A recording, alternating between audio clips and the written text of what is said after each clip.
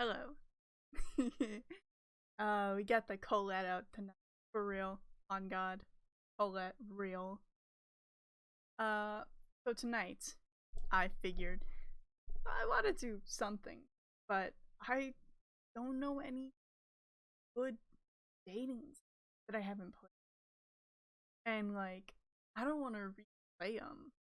So, instead of dating sim night, like I had originally planned, we're going to do a bunch of games that I got on itch.io, um, in the, what's it called? Queer Games bundle last year. I haven't touched these. Offset. Woohoo. Okay. Anyways, as I was saying, I haven't touched these before. I assume they're pretty good.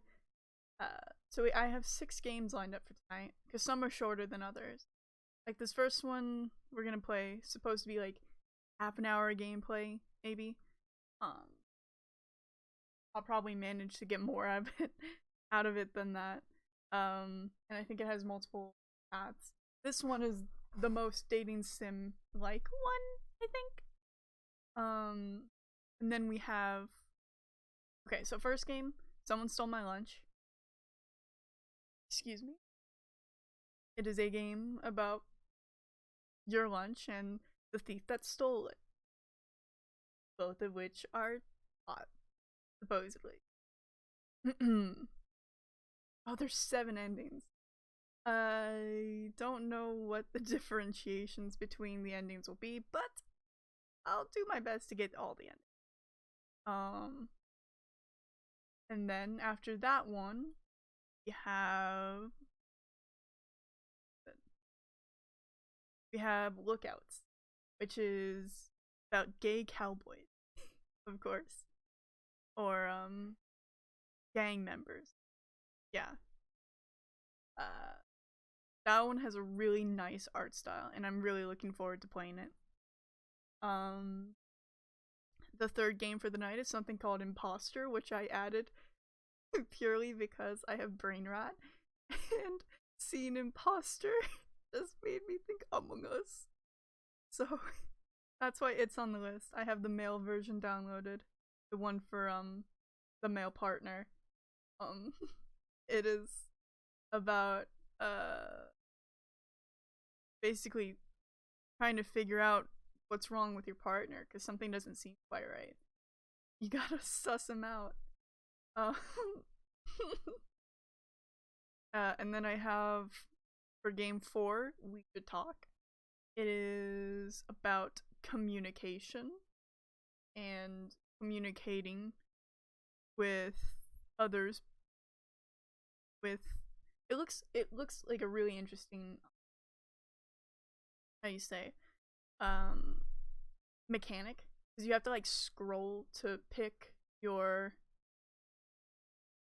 yeah, you have to put together answers, like 2 or more spaces. That makes any sense, which it honestly might not. And then I have a game called Co-Open, which is about going grocery shopping alone for the first time. Think. Yeah, kids' first time buying groceries on their own. So that'll be fun. And then I have a little cooldown game, which is just Flags for Friends. That's game number 6. We will be designing pride flags. Yeah, that's just a little cooldown game. So that's the setup for the night. None of the games really have any like warnings about them except Imposter, because it's like, you know, there's gonna be yandere stuff, there's gonna be maybe violence. It shouldn't be too awful, and if it is, then I'll just switch the screen to this talk screen and we'll be solid. My real worry is that everything being able to run while I'm using C-Fake. But I guess we'll see how that goes. Hopefully it's okay. It should be. the first game open, which is Someone Stole My Lunch. Excuse me. I just came. I went out to like 2 big meals today, so. Oh. Hold on, let me get it. Screen.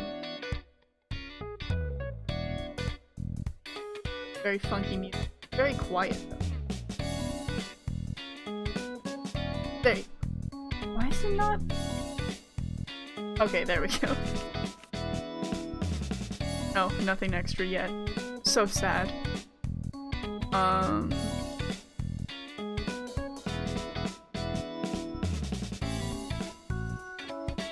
Oh, volume.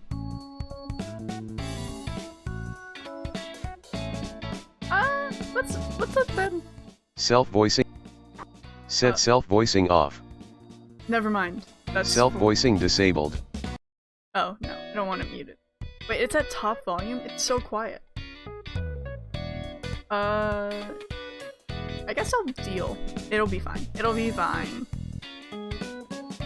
Now, I like when I have really high text speed.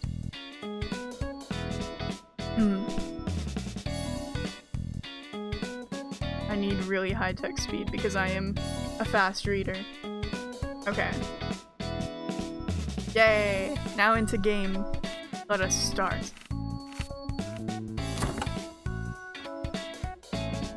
They stole the word lunch.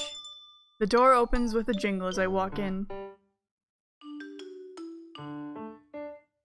This must be management's doing again. They said it's to improve morale when you're too busy to head outside. But what type of cafe only has 1 coffee machine? They didn't even provide us with any coffee filters.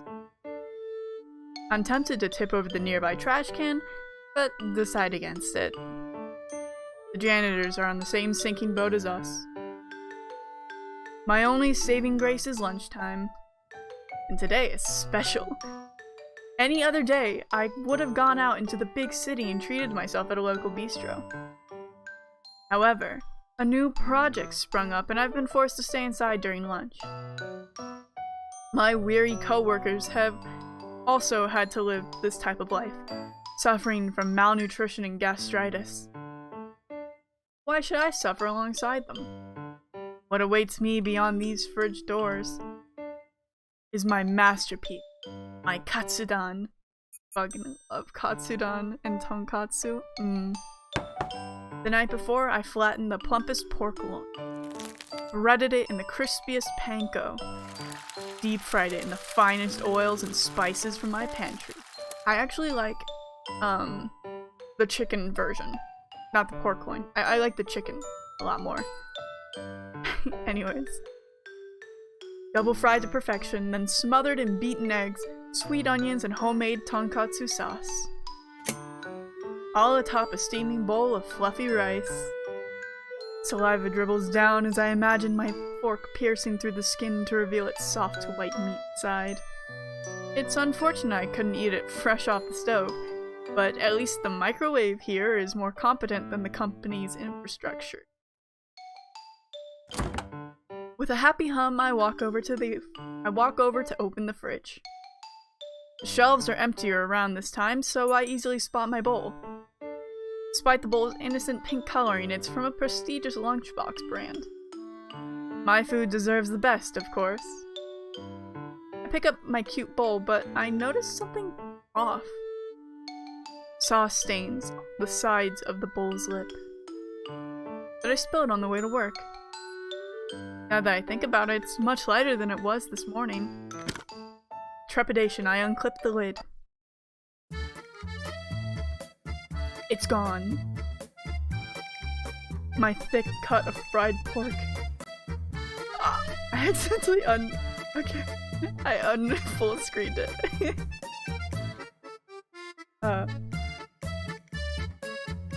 My egg slurry of dashi and soft onions. My fluffy steamed rice. All gone. Only a light brown puddle and some rice grains remain. Is this the work of a thief? Wait. No, I shouldn't be doubting my coworkers.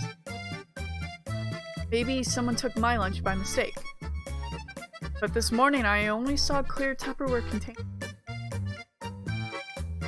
How could anyone mistake my lunch for theirs? Did someone steal my lunch? My stomach gurgles painfully. Tells me that my decision to skip breakfast was a foolish one. And my phone alarm goes off.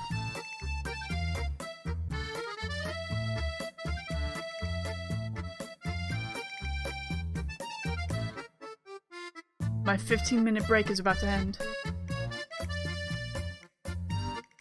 What should I do about this thief? Right off the bat, I can just quit. Oh. Let me save. I save at choices and then decide later. Or, come back later, rather.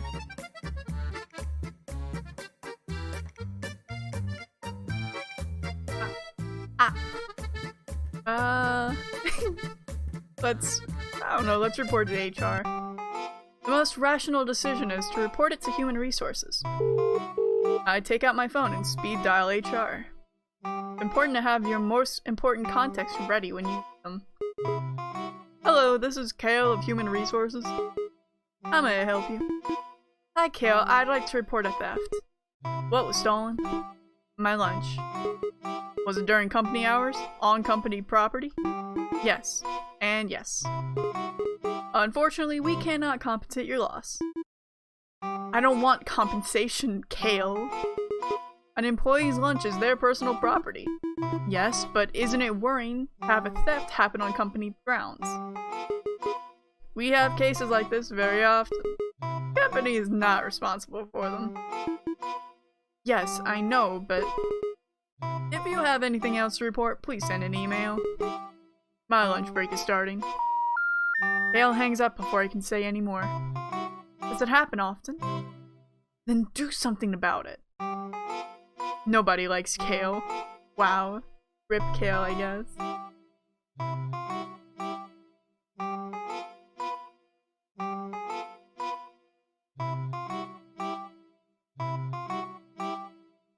With nothing else I can do, I begrudgingly pour myself a lukewarm cup of coffee and return to work. The next day. Despite yesterday's incident, I still brought my lunch. I can't falter in the face of despair. After all, I made mapo tofu!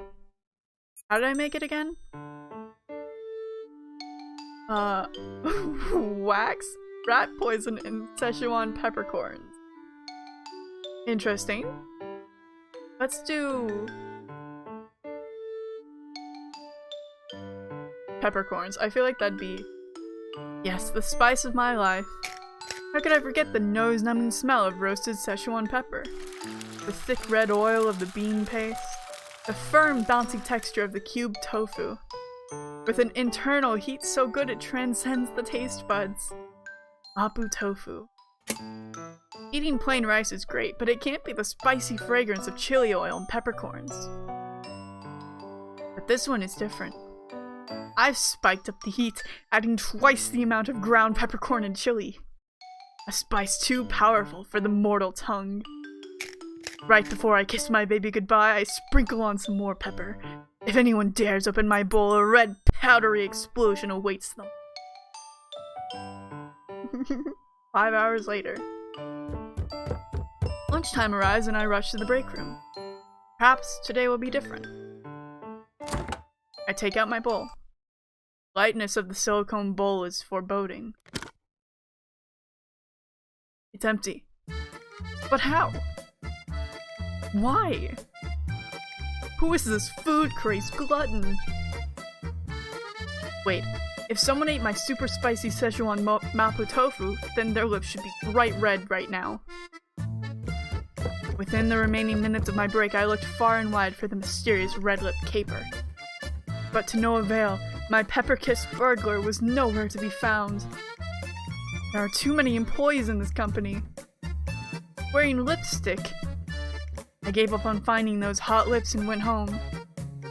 Luckily, the stench of peppers clung to my suit and people avoided me on the subway during rush hour. The next day. When life gives you lemons, you make lemonade. On my way home, I caught a supermarket sale. That's why I was compelled to make fish head curry for lunch. A big steamed fish head simmered in thick milky curry sauce. Sliced tomatoes, okra, and eggplants float around. Succulent bouncy fish cheek and big sticky eye drenched in tangy curry sauce. A vibrant, comfy dish to ease the stress of this weary week. But will it survive until my break? That thief is still on the loose, ready to pounce.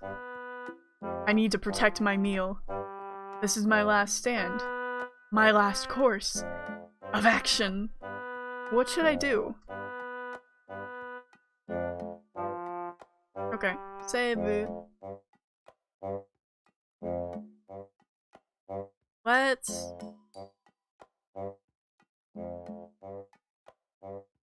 lunch at let's eat at my cubicle instead. I should keep my lunch with me. Closer the better. Sitting comfortably in my swivel chair, I type away in my Excel sheet. My pink bowl keeps me company, so my nerves are relaxed. Nearby, some workers are gabbing away. So how's your end term report coming along? Never mind that. Did you see who's the employee of the month again? Who? The new hire, that French dude. French, from abroad. Who knows, but he's been snagging employee of the month ever since he started last year. I've been trying for this month, but I lost. Man, give up. You can't beat him. You went on vacation to play the new elf ring last week, remember? Oh, you're right. They finally finish talking and leave the area. I can finally eat. Shifting my keyboard away and replacing it with my bowl, I flip open the lid. An explosion of spice enters my nostrils. What's that smell? Someone's eating in the cubies again. It'll be like that sometimes. We sympathize with each other silently. It's the first time I've been able to eat a meal during lunch. Tangy aroma wakes me up and stirs my stomach. Take out my spoon and dig in. A lot of growling. I dig in. Not my stomach growling anymore. I turn my head and spot an unfamiliar figure passing by. He's a ruggedly handsome man. Griffith! He looks down at my bowl, grimacing. You stink. I take that back, he's insufferable. Wait, it doesn't smell too bad, but it's distracting everyone else. Why didn't you put it in the fridge? Before I can even swear back, he walks away. Stinky. Rather than my curry, it smelled like he hadn't left the company in a week. My nose scrunches up, remembering his sour stench. The smell left such an impression that I couldn't even enjoy my long-awaited meal peacefully. That man, that menace, he seems familiar. I can't put my finger on who he reminds me of. Speaking of which, I should spray some air freshener later. Ending number 6. Stinky. I am a stinky little demon. Just wanted to eat my lunch. Fair. Okay, let's load from the last save that I made. This one. Let's leave a fridge note instead. I shouldn't blow this out of proportion. I'm a working adult after all. From my pocket, I take out my expensive fountain pen that I splurged my bonus on. By happenstance, the company likes to supply us with copy paper in the break room. They think that if we see it, we'll be compelled to continue working during our break. None of my coworkers are that gullible, but the amount of paper does decrease throughout the week. I take advantage of the company's quirks and take a clean paper from the pile. Let's leave a note. To the dear thief of mine.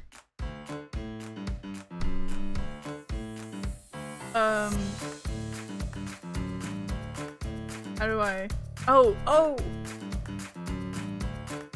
You stop.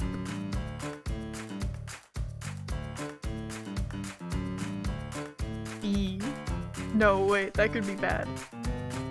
Calm. You stop. Compensate me. After the note is done, I secure it with magnets.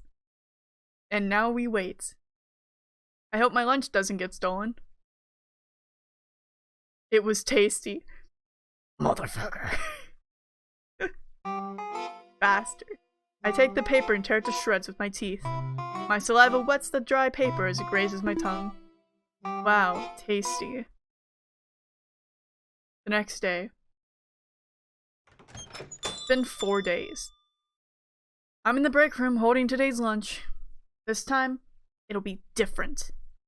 I will succeed. These thefts will stop. You will survive my lunch. You will be in my stomach today. I swear it on my own health insurance. I kiss it a temporary farewell as I walk out the room. A lone figure walks into the break room. Instead of grabbing coffee, he reaches out towards the fridge. It's an unusual time to have lunch, as many employees are currently preoccupied. He reaches past the stacks of clear Tupperware, singling out a bowl. A pink silicone bowl. He stands by the counter, obscuring his actions with his back. The bowl lid comes off with a click. This is new. What's new? Figure's shoulders jolt up, but then relaxes as he turns around. Nothing. Saw there were new coffee filters. Bet management repurposed the copy paper. Right. Who are you? Me? I'm not really that important. Rather, why don't we start with you, buddy? Bo. I smile at him as he turns away, ignoring me. We just stand there for a few minutes. Don't you have work? How's that coffee? Why would I drink this place's coffee? Don't tell me. You drink it? That slimy brown water? Not that bad. It sucks. You sound like you hate yourself. 3 days I've starved because of you. 3 days. Actually, what did you do these past few days? What else would I be doing? The work week. You come to the break room often? At this exact time every day? Of course, I have to eat. Eat? Well, yeah, don't you? Yeah, I would if I could. Speaking of which, I'm gonna eat. Mind leaving? Wow, me too! Skipping precious work time to save my lunch early. Why don't we eat together? That's an awful idea. That hurts. We're all co-workers, aren't we? I like being alone. Sales provide me with enough problems. Well, I'm hungry. You'll just have to suffer. Wait outside, I'll be done quick. Is this your private bathroom? Certainly would be nice. Are you hiding something? Selling trade secrets to a rival company? I wish. Did something illegal? You should ask the company that. They've broken several labor laws already. Maybe you're the frisky type. I point behind him. Stealing, perhaps? I made my move. With a sidestep, I tried to maneuver around the man, but he swiftly blocks my view left and right. Why are you stopping me? Feeling guilty? Guilt for what? My right to a meal? His stature and speed outmatch me. I couldn't keep up. My poor office worker's heart can only pump so much oxygen. Haha, must be nice being tall. You must be eating good. Real good. Of course, I only dine on the finest. Fess up, you thieving rat. Me? A rat? You stole my lunch. I just met you. Well, I caught you, red-handed. Hands up and away from the counter.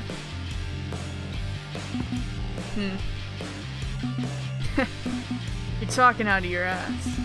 You don't have proof it's me. Several thousand employees come by here every day.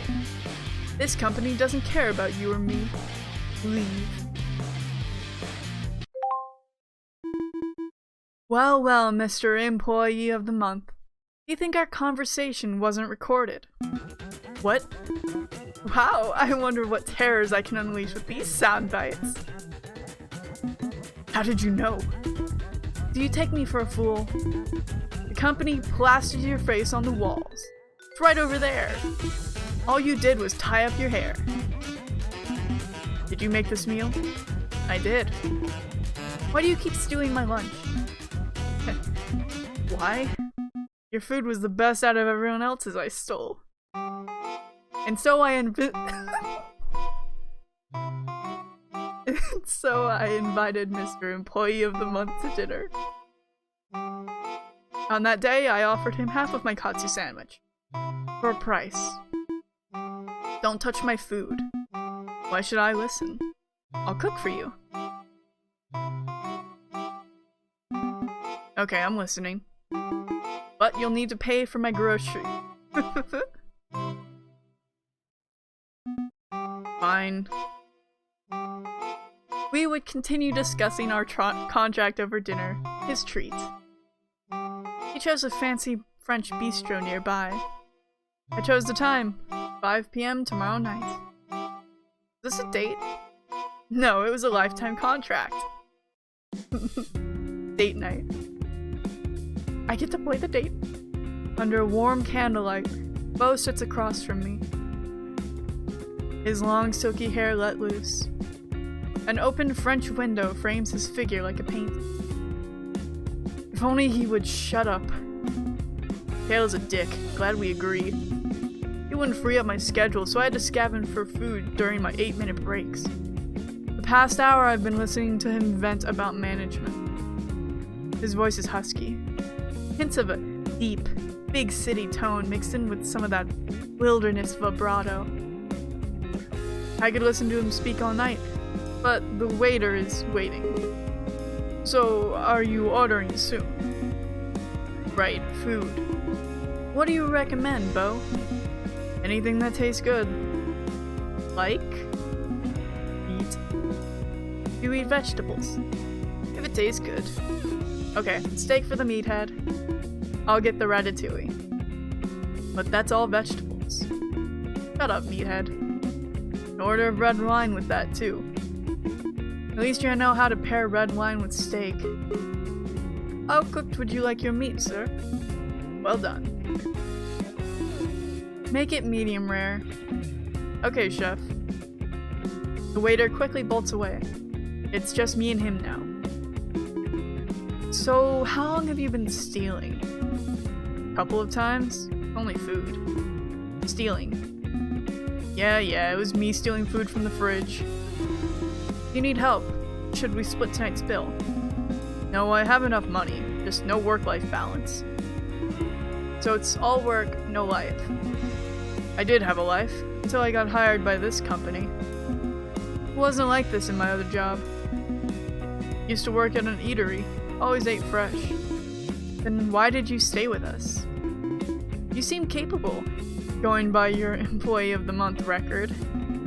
I was at my limit, to be frank with you. But one day I met you. Me? Your lunch. Fuck. I've never felt such warmth from a lunchbox before, even though it was straight from the fridge. All I ate were ham and cheese sandwiches and cream cheese bagels. Depressing, I know. Ham and cheese and cream cheese bagels are good. Why didn't you order your own? Stop being a leech. You told me I could leave it off of you now. For a price. My wallet is your wallet. Dangerous. He says it so casually. Next thing I know, he leans over to my side of the table. By the way, you're really good with your hands. What? Looks like he's about to grab my hand. He avoids me. He picks up a napkin folder from my side and brings it back with him. How often do you pound me? The fried pork sandwich from yesterday was delectable. Are you messing with me? No, I'm serious. Can I go to your place after this? For what reason? To inspect your goods. Are you going too fast? I want to see what's in the fridge. My fridge? Aren't I paying for your groceries? Right, of course. Take out my phone to distract myself from the shame. Scrolling through my chat apps, I realized something crucial. I forgot! Bo, what's your contact info? Oh, it's... I also haven't gotten your full name. What's Bo short for? My full name? He hesitates, dragging on the silence. I gaze back with big watery eyes, a skill I learned from dealing with higher-ups. Oh, please, please. He finally gives in and sighs. Don't laugh, okay? My parents had a French phase. I'm not actually European. I won't laugh.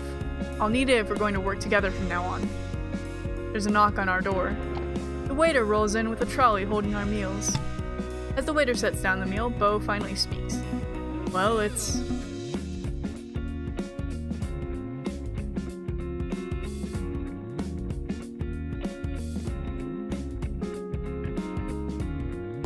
Bone apple tea.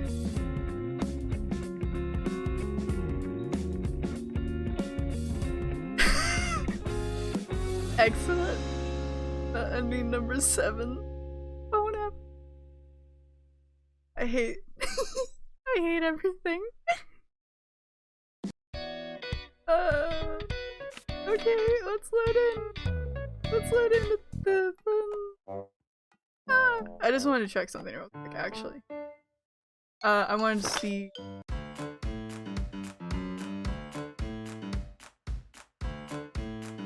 I want to see what this one is. B? The piece of... Bon appetit memo. Okay, I get it. Okay. To the person who keeps stealing my lunch, I will find you. Bon appetit, motherfucker. Okay, that's all I wanted to check. Yeah. So let's mass email now. I need to confront my problems head on. In a civil manner. If HR won't help me, who can? I'm my own best ally. My plans? Excuse me. I need to direct my complaints where they can be heard. Loud and clear.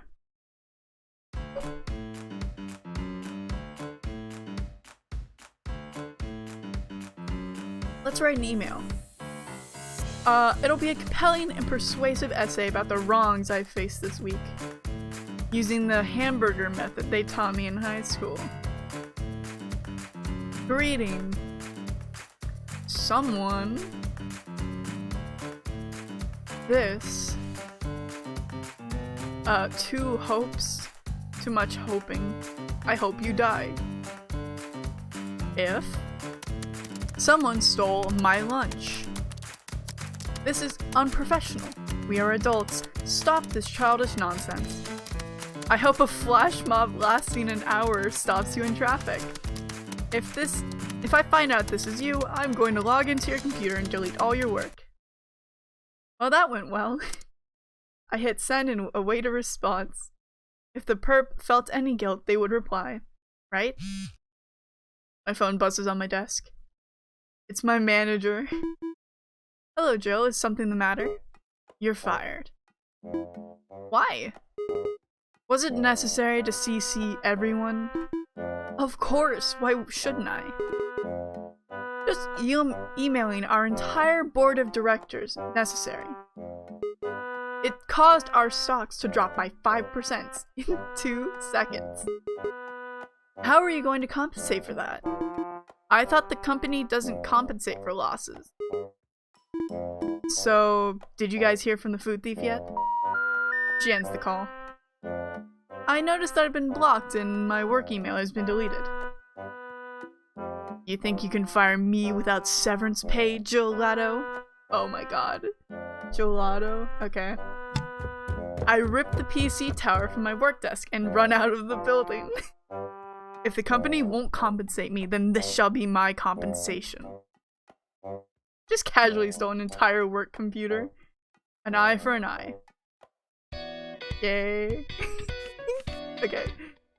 One of the other ones. I guess just straight rat poison. Why not? Ah, yes, how could I forget? I was trying to trap a rat. I take out my bowl and sprinkle a bit of gray powder on the surface. Snapping the lid back on, I tuck my pink bowl in the back of the fridge. Soon that thieving rat will get his just desserts. I exit the break room with a cold smile. It'll all be according to plan. Right after I finished my work for the day, a guard apprehended me at my cubicle. There was a hidden security camera. I went to jail. A week has passed since I started my new life in myself. Look, if a person just wants to put some rat poison in their own food, leave it be. Because of the damning video evidence of my actions, I was judged with first-degree murder. Sitting on my low-quality spring bed, my face sinks into my palm. About to be lunchtime. The guard bangs on the bars and lets me out. I scurry out with my famished stomach, reaching out for my meager serving of dry, hard bread and bland, watery soup. Unfortunately, I'm too late. My cellmate slaps my hand and takes my share from the plate. My lunch has been stolen again. I return to my cell and sit in hunger. Inmate, there's some good news. Yes? The victim you poisoned survived. What victim, the food thief? Don't say any more, inmate. You're walking on eggshells. Of course, of course. I hold my head towards the somber moonlight, contemplating life not behind bars. I've learned my lesson. Don't try to poison your coworker. Unless they really deserve it. No, don't do it. Very bad. Screw you, Kale. Okay, now let's put wax in it. Can't murder someone with wax. Just a little bit of wax. With the help of many YouTube videos, I made a wax replica of mapo tofu. Oh, the entire thing is wax. The white tofu cubes are made from wet styrofoam. The red sauce is from acrylic and watercolor. I mixed roasted ground peppercorns into the translucent red wax and poured it into my bowl. It helps hide the smell. With a glaze of resin and some patience, the fake wax mapo tofu was completed. I snicker, imagining the perpetrator attempting to scoop into the mold, only for their plastic spoon to rebound back into their face. In exchange, I'll starve. I was still waiting for my model to dry this morning, so I had no time to make myself something to eat. 5 hours later. Lunch quickly arrives, and I return to retrieve my bowl from the fridge. I couldn't keep my excitement down. Despite knowing that it's fake food, seeing an untouched dish satisfies me. I flick open the lid and... Homie, you're kidding. A scoop. No, 2 scoops were gone from the bowl, like sliced jelly. This thief is beyond my comprehension. But something sparks inside me. I return to my desk to write my resignation letter. Afterwards, I run to the nearest tech store and purchase some necessities. Wax food, you wouldn't believe it. This is a month later. I quit my job and became a wax food artist. Yeah, I believe it.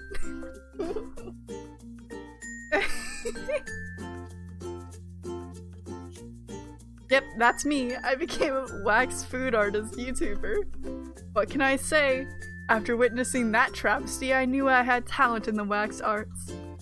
If someone can mistake my creation for real food, then why live a corpo life? Raw talent. Screw you, Kale, I did way better. Okay. And now let's just quit my job. I'm sick of this. I'm sick of everything in the damn company. Something snaps inside me as I run over to the coffee machine. I rip it off the wall and toss it to the ground. The trash can is next. With a firm kick, it flips over and empty coffee cups fly out. Finally, the stupid little jingle bell. I yank it off the door's hinge and aim it squarely at the Employee of the Month frame on the wall. My breathing is haggard and my back is covered in sweat. Sedentary office workers can only do so much. I stop to my cubicle and hastily write up my next 2 weeks' notice to Human Resources. Though, who can even say I'll be here tomorrow? Once I'm out the front door, I'm never coming back. Boiling point. Hell, this is better than anything. Okay, and now let's just give up. Simple. I can only give up. Whoever it is, how would I even find them? Filling a paper cup with stale, cold coffee, I go back to my cubicle in defeat. The next day. My lunch got stolen again. I'm suffering from hunger pangs. But perhaps whoever stole it needed it more than I did. They're probably more happy to eat than I am sad to be hungry. With my sacrifice, the total number of satisfied workers in the company increased. So, let it be. Enlightened, I continued to make decadent meals and leave them out in the open. Every single one of them was eaten, and I went home hungry. Management rewarded us with coffee filters that week. Maybe I did make a difference in that company. Though not likely. Acceptance. Very bad pun. Thank you. I quit. Where's my mouse? Oh, I get all the stills. I get to stare at a man. My favorite pastime.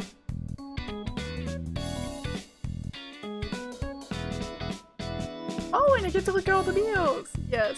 Wait, the wax one was there. Hello, man. You are very handsome. Very attractive, man. Anyways. Oh, yes, more of him. I very much like. That's interesting. So did they did like an outline and then they colored in. Let's see. And there's all the credits. And your dev notes. I worked on this game about eating, but I ironically had no time to eat. I could only do so much. My dog is a demon. Aw. 10 out of 10 would eat again. I did nothing well. Henri was an editor. Okay.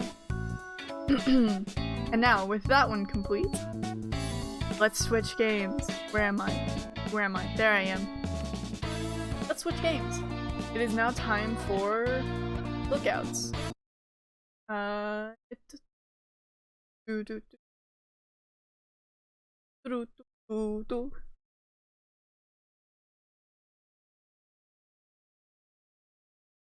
Okay, let's get it loaded up. Moving right along. That was a fun game. I liked Someone Stole My Lunch. Now let's get the lookouts.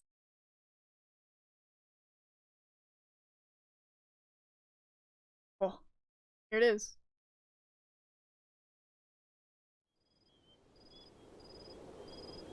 There it is. So, you sure we can trust this friend of yours' info? It'll be a crying shame if you're wrong about this. This guy is someone to ride the river with. He'd never sell me bunk information. That town has struck gold, that's what he heard. Like, heard? He just heard about it? What kind of source is that? We can't go off of rumors, you nutcase. But think about it. We'll be living like English kings if we take over a supply like that. What else are we gonna do? The last job was a bust. We got nothing left. Alright. We've had some bad luck and we're running low on supplies. We'll take that town by hook or by crook. And if they don't have that gold, we can take them for what they do have and skedaddle. We'll look out to go early in the morning and see what we're up against. But I reckon we can bulldoze this burg and have some fun either way. Make sure to bring us back some juicy details, won't you, tomboy? He firmly slaps you on the back. Laughter fills the camp around the roaring fire. Sounds like you'll be riding at sunup to check the town out. Feel it's best to get some sleep. Rocks. The desert is an orange haze. Scorched sands whip up around your horse's legs, sun hot against your back as you ride towards the town. There's not much to be done while riding. The desert is lonely, harsh, bare. The only thing to do is think. You don't like being alone with your thoughts so often, so long. But you always are alone as the lookout. Alone being the odd stick of the gang. No one talks to you unless they need something. You daydream as you ride, like usual. Lights a fancy, settling down somewhere. You're tied to Curly Wolf and his gang, though. It's so much to ask to be able to live in peace. To not have to fight for survival, always on the run. Okay, it does have. Oh, that's just for ease of reading. I like the black and brown.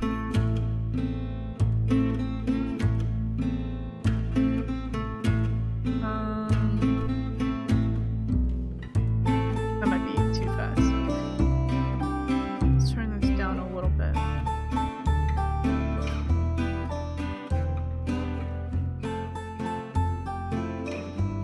Okay.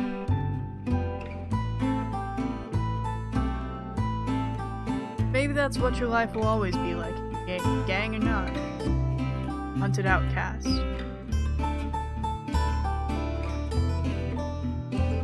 They could have set you off with some playing cards at the very least.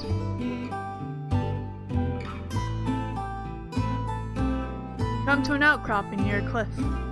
Tying up your horse, you approach the edge and see the town come into view. A nice frontier town, small but clearly bustling with people. White painted signs on the wooden buildings glint and bloom in the midday sun. Can't see much else from way up here, and turn to go get your binoculars. You open your saddlebag and pull the metal binoculars out, brushing it up against your poncho to dust off the lenses.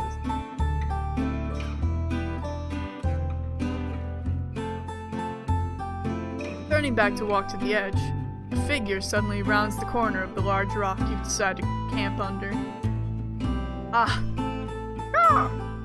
Out of instinct, your hand snaps to your holstered gun and pulls it, trained squarely at the head of this new person. The bird who seemingly came from nowhere looks at you, clearly just as surprised and out of sorts from your own presence. He shifts backwards, eyeing your hand on your gun. The air feels very still all of a sudden, and given you have the upper hand, you take a moment to look at who you just crossed paths with. He's definitely an outlaw, like yourself. A rugged beak shining in the sun centers a face you would admittedly find charming. His face and arms are marked with scars, and a large sawn-off shotgun hangs in his holster. Since he's a bird, you know to be wary. Just like he'll know to be wary of a canid like yourself. Howdy there.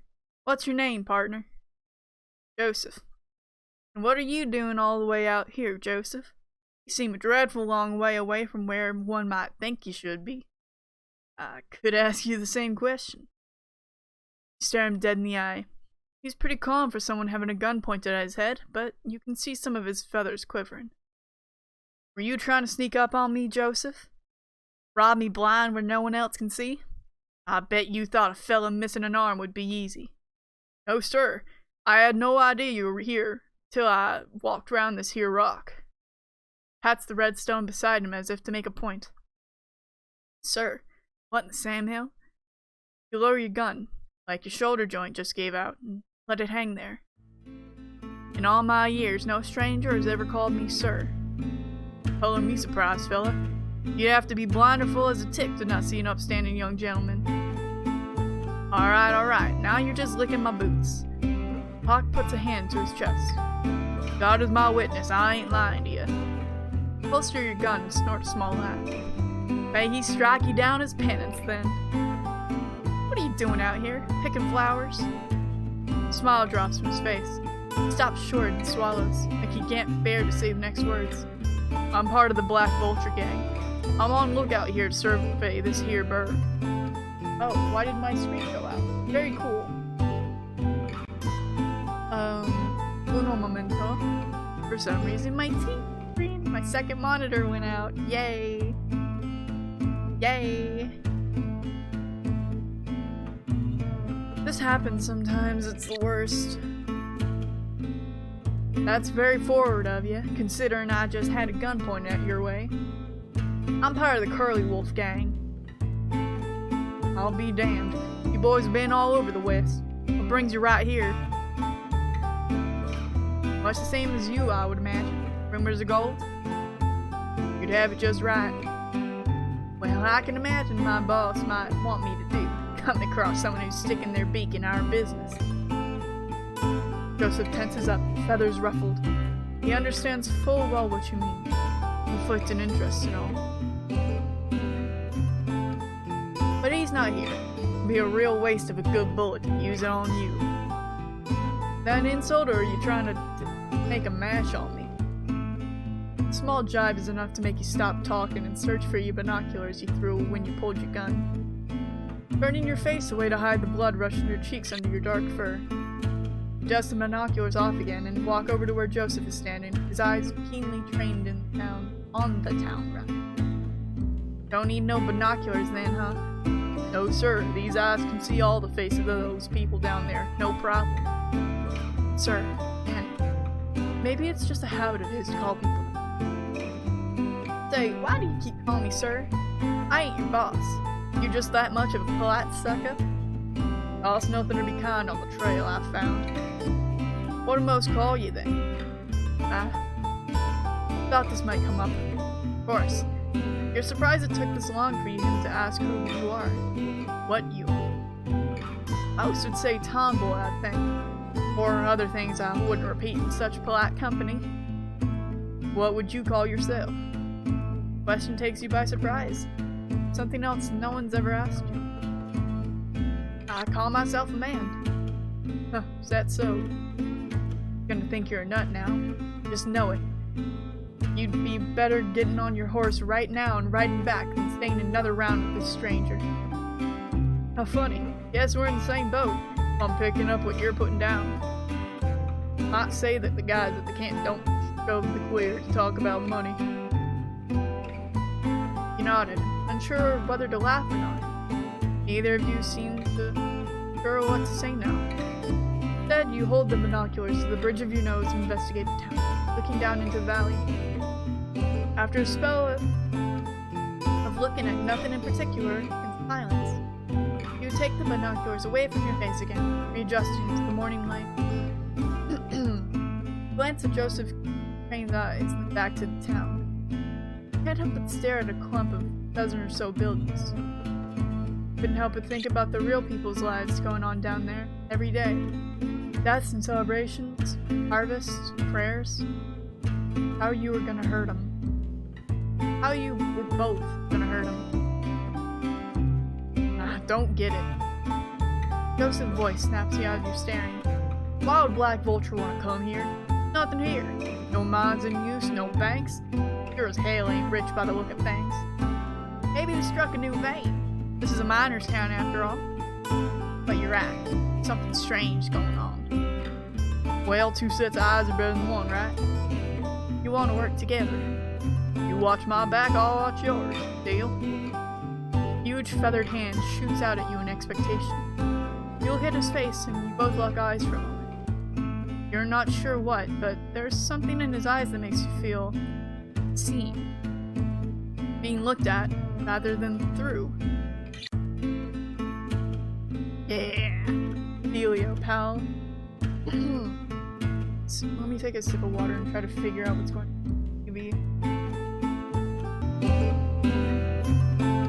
Okay, let's see if this fixes it. I had to unplug the TV. Very cool. I love it when this happens.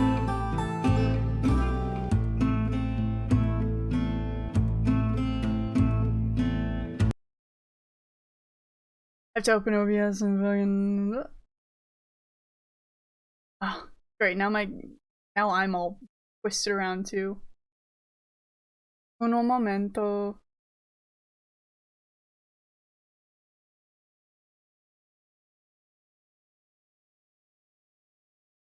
Ah.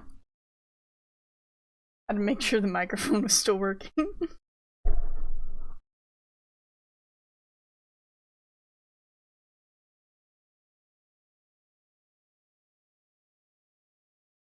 me change to the talk screen. Try to get this fixed. Also, let me move myself. There we go.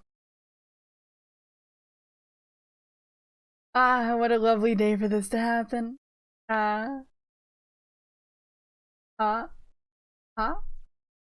Okay, let me just...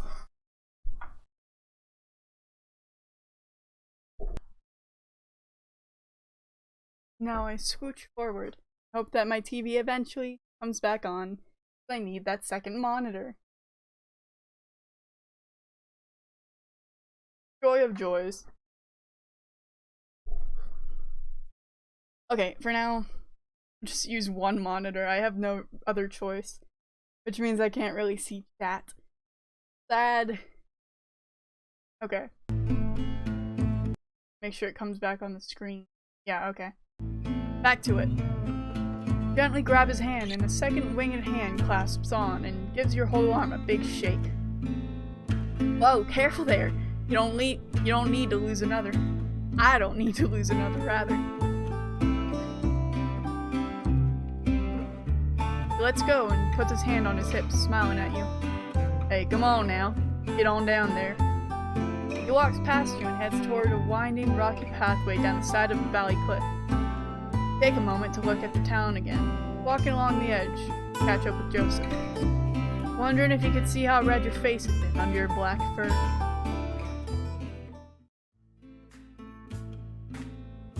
Clambering down the cliff face, the shade of the valley is a welcome change after your long ride in the sun. Climb down is quiet, only a few grunts and gripes, a couple voices of concern from Joseph, and you quickly wave off. Both approach a wooden sign you spot a little ways off, swaying in the desert wind. It looks relatively new. A board hanging on two chains, a word carved into the wood. Can you read it? It was only a single word, but you couldn't piece together quite how to say it. No. Ah, well, I'm sure someone will tell us. You notice some familiar smells drift on the wind as a gust blows through the town past you. Tobacco smoke, whiskey, stewing meat from somewhere. It reminded you of the camp. Walking more into the town, you get a better look at the buildings that were just dots up on the cliff. There was a saloon, at least, seemingly one of the older buildings in the town, as well as what you could guess was a sheriff's building. Oh, I missed that one. Everything else you could see from here seemed to be houses and whatnot. Leftovers clearly made by miners, not built to be sturdy or last long, but had been fixed up to be livable for folks. Clearly the people here like this place. And if they get a whiff of why you're both here. Alright, partner, I say if we get given any evil eyes, we hightail it out of here. Ain't worth getting shot in a place like this. Sure thing, we got each other's backs, remember? You nod at him. We best get to talking, people. Daylight's burning. Oh, here comes someone new. Sure enough, you see a short figure approaching you from the sheriff's office. You hear the pound of a cane on the dirt as they limp towards you with a vigor in their step. When they get closer in the haze of the desert heat obscures them less, you see a smartly dressed old lizard standing before you both. Cane in one hand and a metal flask in the other. Howdy, fellas. I'm Sheriff. Welcome to Clemency. Pleasure to meet you, Sheriff. He gave the lizard an expectant look, waiting for a name. My name is Sheriff. Just Sheriff, that's all you need. And what do you call yourselves? My name's Joseph, and my associate here is... He gestured towards you and turned to look at you. Subtle panic running across his eyes. You realized that he just realized you never gave your name. What is your name? We'll go with Robin. We'll go with the default. Oh, there's... Okay. I'm Robin. Pleasure to meet you. He said this while looking at Joseph, resisting the urge to wink at him before looking back to Sheriff. So what brings you two to our fine town? We're just riding through. We need a rest stop. There's a problem with that? Joseph nudges you with his elbow a bit. Glancing at his eyes, you can tell he's saying, don't be so rude. No, not at all. I'm just the closest thing we have to a welcome committee, and it's always nice to see some new faces all the way out here. How long will you be staying? The saloon has some rooms if you like to stay the night. It's an awful kind offer, Sheriff, but we'll be gone before nightfall. At least that's the idea. Maybe we'll like this town so much we stay. Joseph and Sheriff both chuckle. Sheriff sighs. Well, you boys let me know if you need anything else. I'll be at home most likely. Will do. Yep. The tip of the hat. Sheriff turned and started walking back to the building at the end of the road. With the lizard out of earshot, Joseph turns to you. So, partner, what's our plan? Look around the town for a moment, surveying the handful of people walking about, talking to each other around their houses. Taking in the warm wind blowing past you, deep breath. We get talking to folks. And what say? And what? They just run their mouth about all the gold they found? No, but I reckon a town this size, if they struck something, there'll be a buzz about it. We ask them about themselves, about the town. Something will spill sooner or later. Alright then. Well, I'll get a pretty good peep at the place on the way down. We got a saloon just here, we got some sort of town hall over on the far side, and we got sheriff's station at the end of the road by the looks. Where to? Let's head to the saloon first. Why not? Let's go get drunk. Ow. But first I take a drink of water.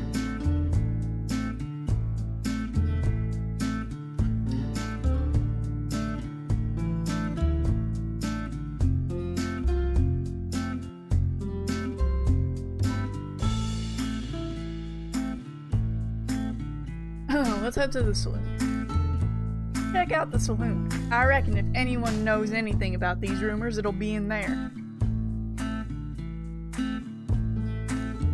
Alrighty then. Walking through the doors of the saloon, hit with the very familiar smell of tobacco and alcohol hanging in the air. A couple patrons drink and talk quietly in the corner, not taking any notice of you two.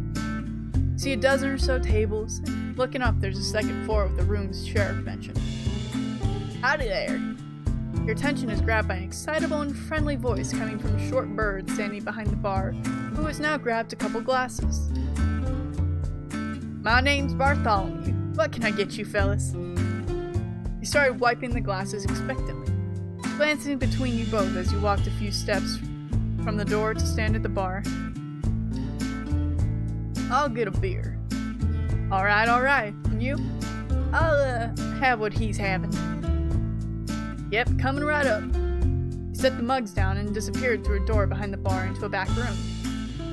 I don't have any money on me, Joseph. Don't worry about that, it's on me. He pat you on the back with a big wing a couple of times, but withdrew his hand when he saw you wince a little. Sorry, was it too hard? No, you're fine. You hadn't winced from the pain. You just weren't used to someone touching you. Like that, at least. Friendly-like. Bartholomew reappeared with the 2 glass bottles, tipping them into mugs with satisfying glugs before taking a couple coins from Joseph.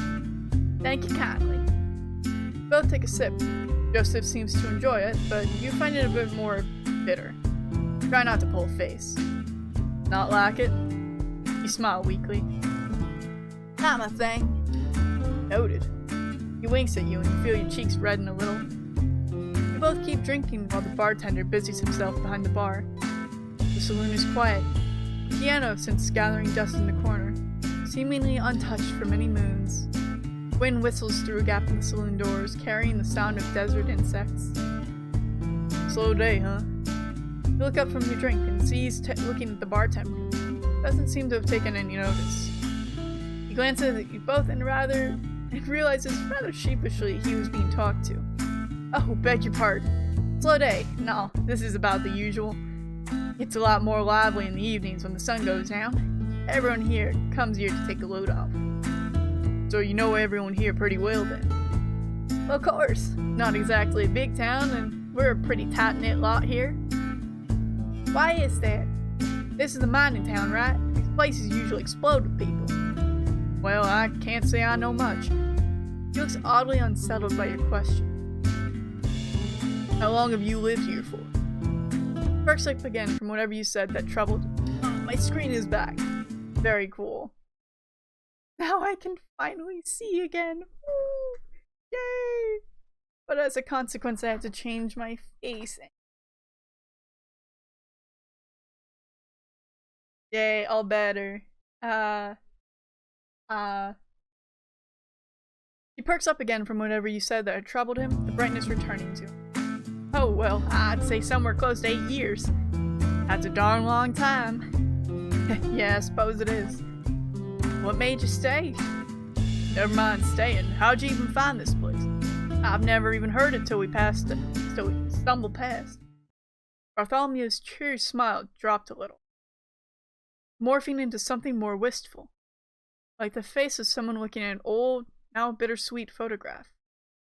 You boys ask a lot of questions, don't you? You and Joseph look at each other for a moment, expecting the other to say something, but nothing comes out. I don't mind. I give it a fair shake. This town ain't the most exciting. Nice to talk to some new ears that ain't tired of my squawking already. He gives a little half-hearted chuckle. I like Bartholomew. Tell me more about you, Bartholomew, please. Well, I found this place because I heard about there being gold. Like a lot of folks, I was fixing to get my fill. You and Joseph both lean in a little at the mention of gold. My fiancé was running away from home, and I was going with him. We thought we'd go out west and make our fortune. Looking back on it, I get why so many called us foolish.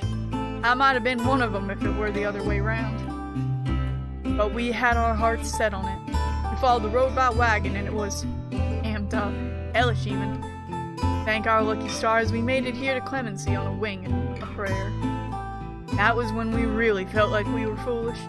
When we got here talking about gold, we almost got ran out of town.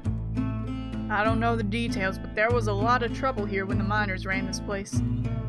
No one's been digging for decades now, but word hasn't traveled far enough to make it seem like it. Haven't traveled far enough, it seems, to let us know at the time. At first, Sheriff told us to leave.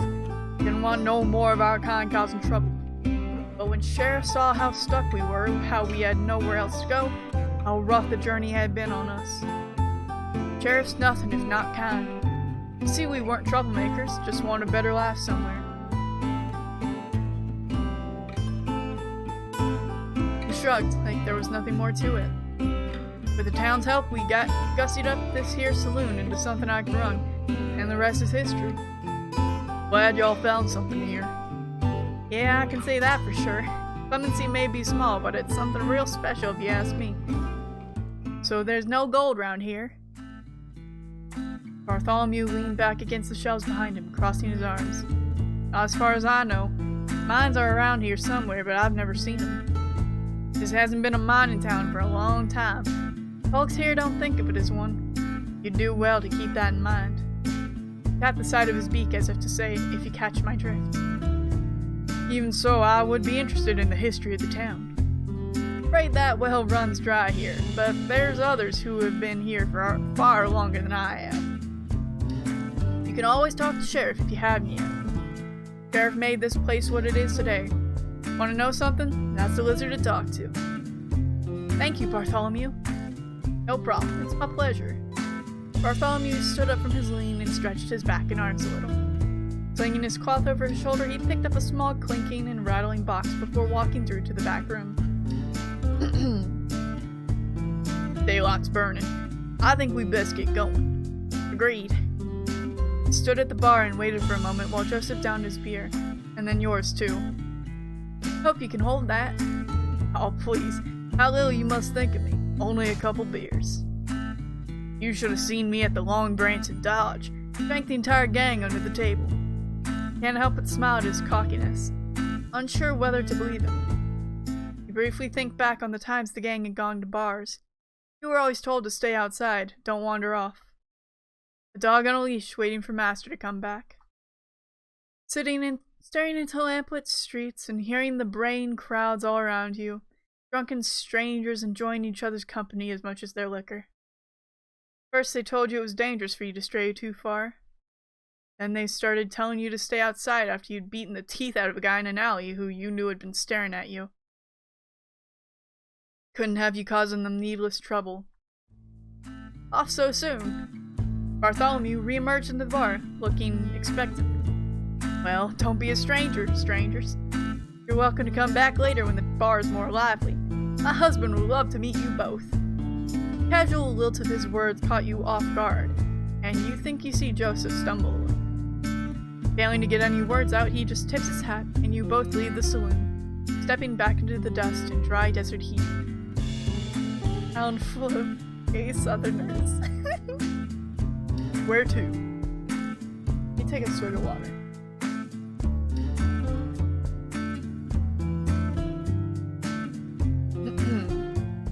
Let's go to the town hall. Sorry. There might be a meeting we can drop in on at the town hall. Seems worth a look. Sounds good to me. I wouldn't mind sitting down a spell neither. You both start walking to the outskirts of the town, weaving between the clumps of houses and down the dirt banks.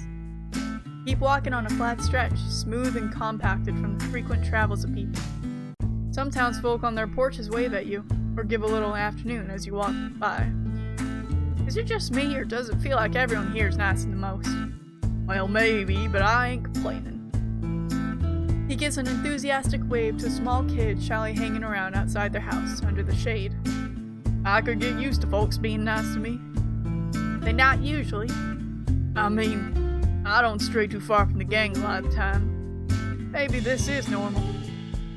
Yeah, I suppose I wouldn't know neither. You arrive at the large wooden building you'd been heading towards, noting how similar to a chapel it looks. Joseph walks up to the small steps and opens the door with a rattle, holding it open for you. Thank you kindly.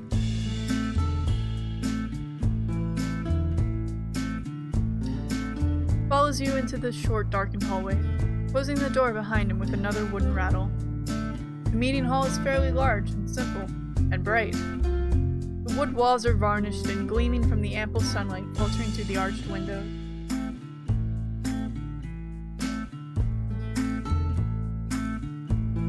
Rows of benches line the aisle, half facing away and half facing toward you on each side. Sitting on a nearby bench turned away from you is a hunched figure in black. Hearing you come in, the figure jumps to life, rising from the bench. They turn to you both, revealing themselves to be an elderly tortoise holding a small book in one hand. Do my eyes deceive me, or do I see new visitors to our town? He walks with the characteristic slowness of someone his age and nature down to the aisle, towards you both, but with a sprightly spring to his step. Checks the book under one arm, extends both hands to shake hands with Joseph, and then you. Welcome to Clemency, and to our meeting hall. I am Jacob, and what might your names be? I'm Joseph, and this here's my associate, Robin. Pleasure to meet you. I assure you the pleasure is all mine. It has been a good while since we had fresh faces round here. Now you'll have to excuse me, but I have some business to attend to quickly. Feel free to sit and pray here till I return if you so wish. Before you can ask any more questions, he shuffles between you both and out the door. You and Joseph look at each other quizzically, sitting down on the nearest bench together. What did he say? Sit and pray here. That's what I heard too. Is this a meeting hall for prayer? A meeting house of God? I don't get it. Can't help but smile at his musings as he looks around the room, looking into the rafters of the ceiling before turning back to you. You lock eyes with him, staring into the honey gold and brown streaked rings of his keen gaze. He smiles at you coyly and looks away, readjusting in his seat. You realize you are holding your breath. You sit up on the bench more too. Hard wood at your back reminds you of your church day.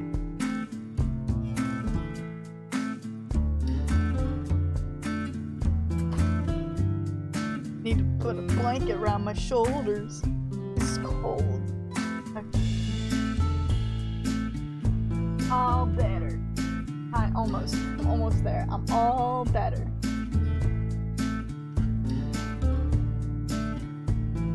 All the fuss and protest against your mother about your Sunday best. You don't miss the frills and laces at all. You do miss singing hymns with her. She had a beautiful voice. I don't remember the last time I prayed. Don't cross my mind much. Can't say you're missing anything. All the good it'd do you. Not a believer?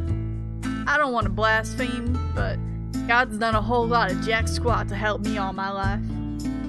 Don't really feel like praying to someone who doesn't care much about me. Or anyone like me for that matter. Which is why I wouldn't have pegged you for a devout man. Joseph laughed a bit, almost mocking the idea.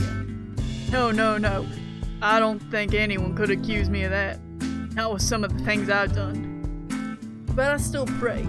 Only the Lord knows if he's listening, but it helps remind me what's important to me. I've lost his accent, hold on. A lot of the time, just pray for family. Hope they're doing fine. I hope they are too. There's a momentary silence between you, like the subtle shift of coals in a long burning fire, now snuffed by the door rattling open again. You looked behind you, and sure enough, it was Jacob shuffling in. He grabbed a broom and briefly swept some dust he tracked in the back outside before closing the door with another rattle. There were several times that I did not read that right. I'm just gonna move on. Any further delay, I hope I haven't kept you two from your business. Don't worry yourself, we're doing just fine here. He leaned into and nudged you playfully. Good. So how may I help you, gentlemen? The word catches you off guard a little. The way it trips off his tongue so easily. No bitterness or mockery. Joseph seems to stall for a moment before a little wry smile returns to his face. He readjusts in his seat to turn to Jacob, who had now taken a seat facing you on another bench. Well, we're just passing through, but I'm curious. Mentioned something about prayer. Well, yes, of course. You must forgive me, I'm clearly far too used to the usuals of the town. The slow drawl of words is slow. Okay. Is comforting, like being told a long-worn story by a grandparent. This is a meeting hall for friends, Quakers, if you will. We're a largely Quaker community here in Clemency. Quakers. Oh yeah, there's a lot of you folks over in Pennsylvania and the likes, ain't there? Yes, indeed, that's true. In fact, that is where I hail from. But I must admit, it has been a long time since I last visited. Sorry, I gotta say I'm at sea here. I've never even heard of Quakers. I can't say I'm much more enlightened myself. I don't know nothing about them. You both turned to Jacob expectantly. Oh, that was Joseph. I read the name wrong. Well, what's the simplest way I can explain our beliefs? He fell into deep thought for a few moments, eyes staring into the middle distance before coming back to life. We believe that there is that of God in everyone. That we all have an inner light that guides us. We don't perform sermons or sing hymns rather. Instead, we pray in silence together. There are no guidelines as to what you should do other than try to connect and listen to the light within yourself. We also very strongly believe in pacifism and do what we can to promote peace. Denouncing all forms of violence and the degradation of our fellows who walk the earth with us. It's important to respect the light of God within everyone. That's certainly how I see it. Sounds nice, but, well, things don't often work that way, in my experience. Jacob smiled wisely, likely having heard the same sentiment many times before. Yes, there's certainly some that adhere to it more than others in town here, but it's always been an important tenet of our community. So everyone in this town are Quakers? Well, yes and no. Many of us are, but some of us more so just adhere to the same principles and ideals of non-violence and so forth. Quakerism isn't enforced, but it bonds this community. Huh, interesting. What about old Sheriff? What about Sheriff? The pacifism and whatnot. Doesn't seem like it'd be easy. Oh, well, yes, I can see how you might suppose that. Sheriff cares about keeping the peace, but isn't solely responsible for it. We all are. It's what made this town so easy to keep going. Me and Sheriff see eye to eye on many things. So you and Sheriff have been here a while then? Did you found the place or something? That was not the right accent. You'd have believed it by the tortoise's age. He could definitely be as old as this town. No, you flatter me, for I am not quite that pioneering. But I have indeed been here for a long time. If you'd indulge me, I could tell you a little bit of my story. Please do. Jacob nodded, again drifting off into thought for a moment, before coming back with his words.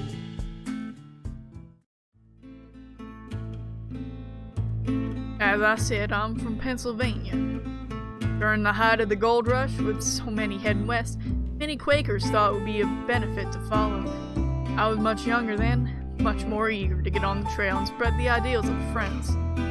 Although I can't say my love of battling has waned much. He gave a charming and coarse little laugh at his own jibe. The trail was very hard, but I learned much from others in the caravans and towns and cities on the way. So much life and light.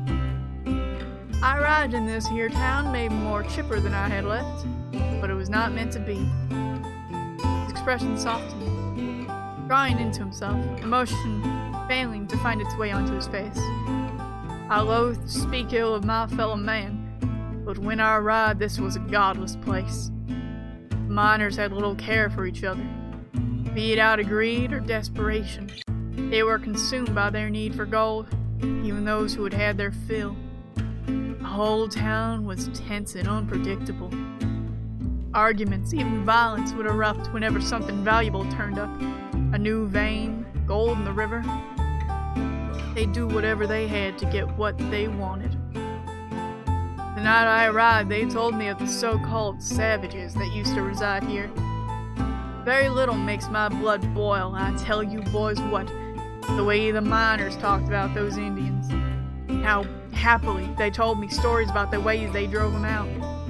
Unspeakable things, things I dare not and would not speak to anyone. I tried explaining the friend's way, how even the savages, as they called them, had the light of God in them. How we were equally important in the presence of God's light. That the people we share this earth with were not our enemy. They had no care for my explanations.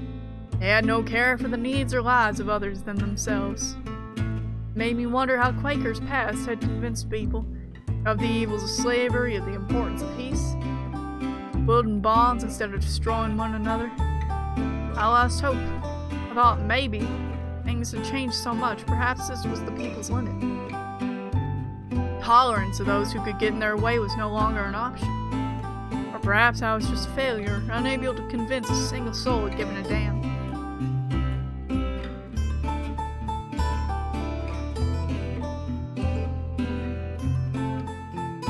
The old tortoise looked forlorn, brow furrowed like he was reliving these memories so vividly that these were the same faces he wore. Then along came Sheriff. Oh, Sheriff. I was a little worried when Sheriff was first assigned to the town. That I'd just have another person to fight with, someone with authority on the side of the miners. Instead, I found a kindred spirit, someone who actually listened to me and agreed with me on many things. Very quickly, we became firm friends. Eventually, Sheriff got sick of the miners.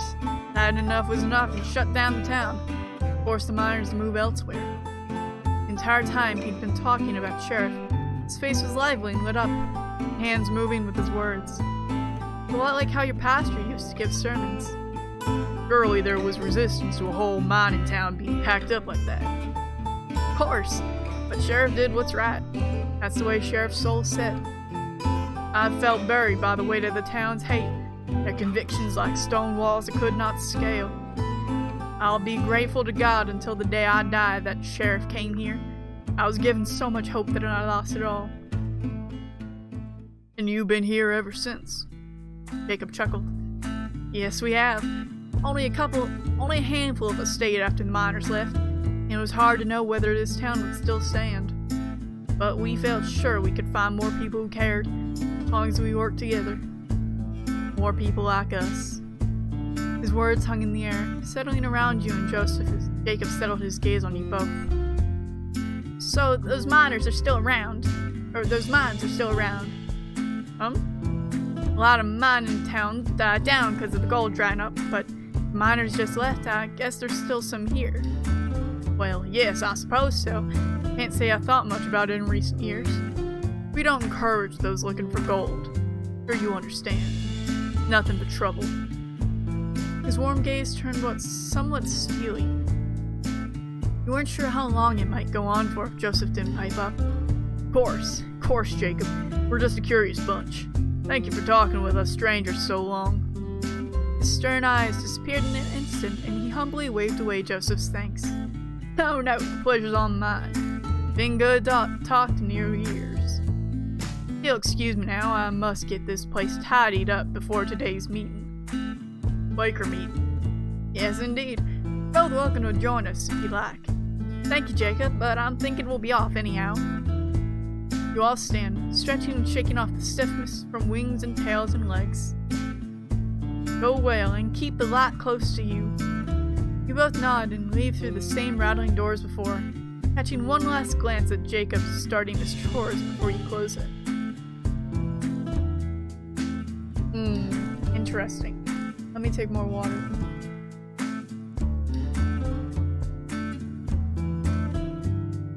Joseph stands with you for a moment in the porch of the meeting hall, looking off into the town.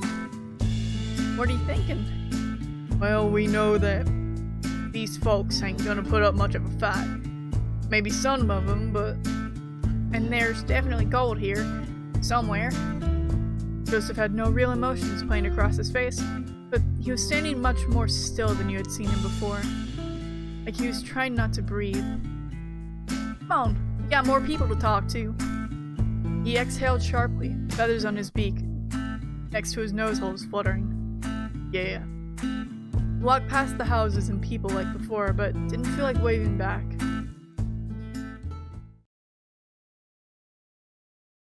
The dry desert air is warm in your lungs. Blazing afternoon sun bakes the ground beneath you as you walk near the edge of town again. Throat feels tight, feet sore. A gentle pounding of blood in your head, accompanied by a familiar, piercing ache. Everything seems hazier than it usually is. Thoughts are swimming. You're fine. Just keep walking. You almost bump into Joseph as he stops short, looking around again, searching for anything you might have missed. You look as well, but the sun seems too bright somehow. You look down at your feet to shield your eyes, staring at the tiny dunes of your footprints in the dust. Alright, so where to now? I think there's only one place of interest left. I heard what he said, but it didn't quite stick with you. Yeah, sure. Should we get going there then? Again, hearing but nothing stays. Your thoughts feel like just caught fish wriggling from your hand. Alright then, let's go. Yeah, let's keep moving. Joseph starts walking away and you follow. You try to follow. Your feet move, but they don't land where you want and you stumble a little. Joseph looks around at you as you stand there, staring at your feet again. Hey, what's the matter, partner? I feel a little dizzy. Doing alright? Didn't say anything. He placed his hands on your shoulders and twisted you to face him, looking down into your face. Yeah, you're looking a little sick there. Go sit down a spill.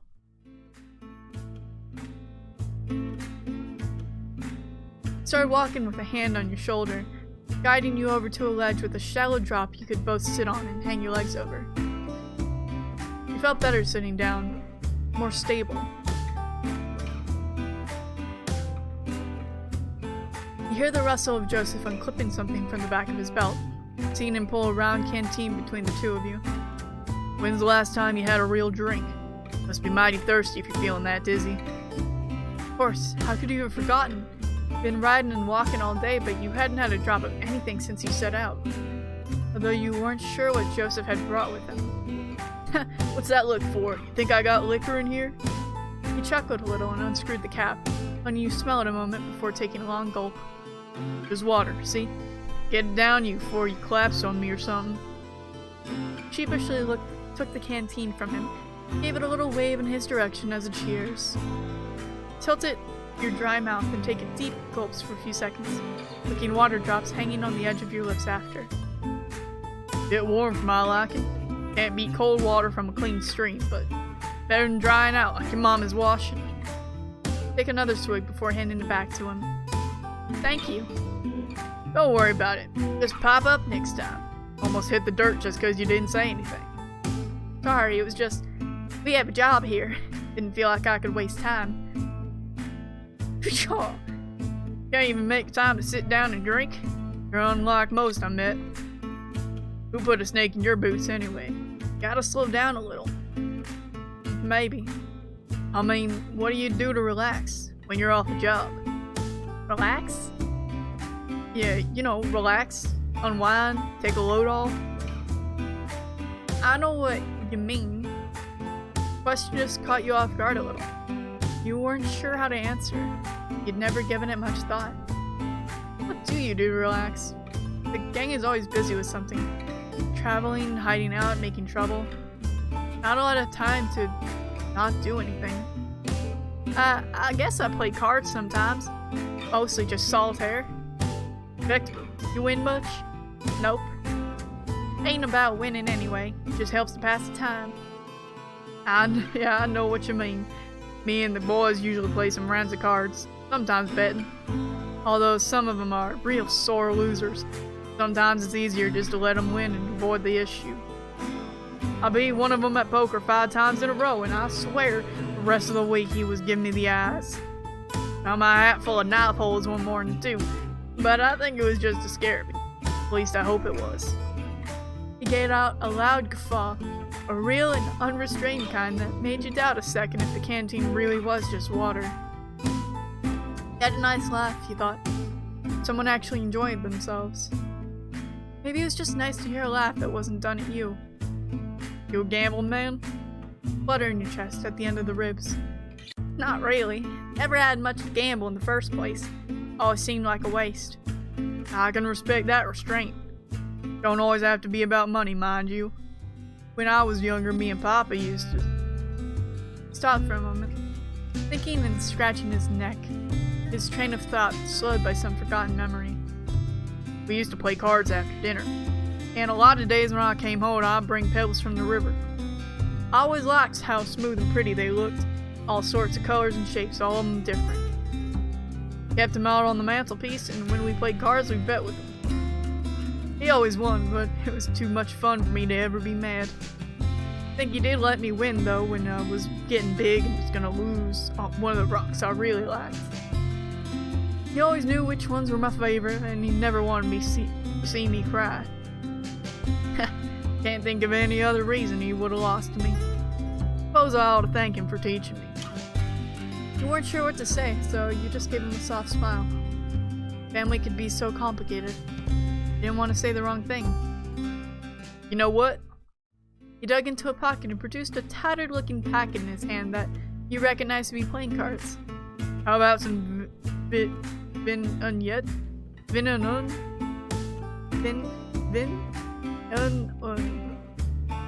I don't know. Played that before? And we can bet with the... Twisted around himself, looking for anything he could use as stand-in betting chips. So his eyes set on a small pile of rocks for a moment, but instead noticed a stray feather, barely holding out onto the back of his head. Plucked it and placed it in between you both, twisting how he sat to face you better. You can bet on this feather. We'll do a first to 5. If you get it, you get it if you win. I'll keep it if I win.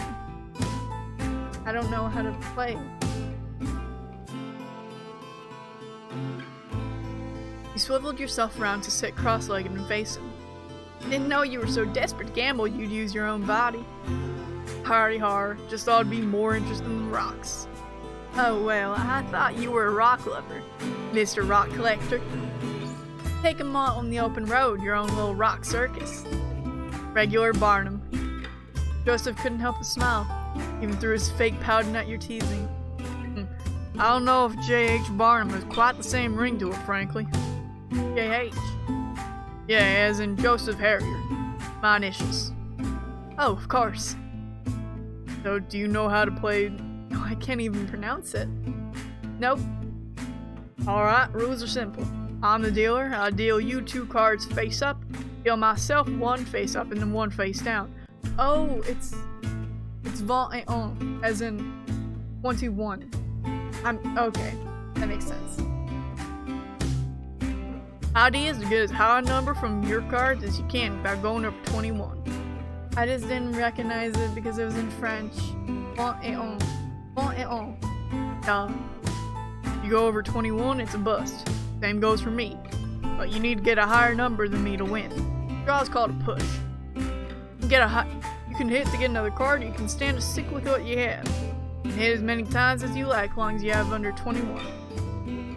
After you stand, I flip over my face down card and have to hit, as long as it's under 17. If I go bust it, or if my number is lower than yours, you win. If you get 21 exactly, then you don't hit or stand. And I can get a push in that case if I also get 21. Cards are worth what the number says. Face cards like King, Queen, and Jack are 10. So all of them? All of them are 10. Okay. Whereas things can get a little confounding is that the ace is worth either 1 or 11. Ace is worth 11 in a hand unless it would be a bust, in which case it's just a 1. Ace can still be an 11 if it would let you win. So, the ace is only a 1 if it would cause me to lose. It's a little muddled during games sometimes, but I ain't trying to cheat you, so don't worry about it too much. Right, let's play. Like I said, first to 5 wins. Got the 8 of hearts, Jack of spades, making your total of 18. Your card face up as the King of diamonds, which is, and I'll stand. Total 16. Total 19. Damn it. Okay. Hit. Damn it. 5 of spades and 7 of hearts. I've got a 12. Stand. 15. 18. I win. Yay. 1 round on my side. 6 of clubs. I've got 12. He has a 5. Damn it. Okay.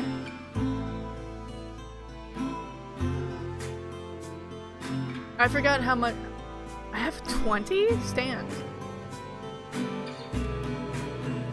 Yay. Oh. Damn it. Well, I'll push. It's fine. Draw. So he's got 10 in hand. I need to hit. Perfect.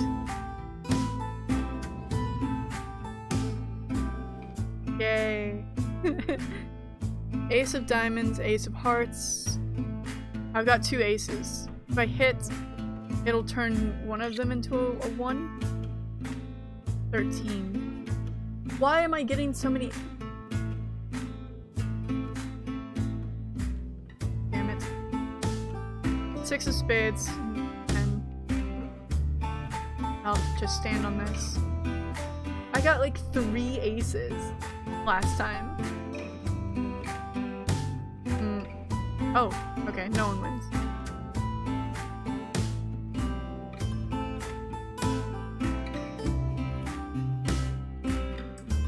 I'll hit again. Damn it. I should've known. Sorry, Bucko. House always wins, eh? Ah, well. Still a game of luck. End of the day. Well played, sir. Picked up the feather, but to your surprise, held it out to you. Here, take it. But you won.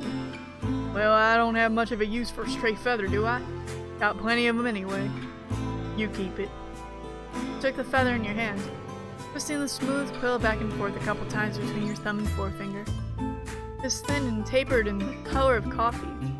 Thick, uneven stripes of cream white ran all along it from the middle. Thank you, Joseph. Don't mention it.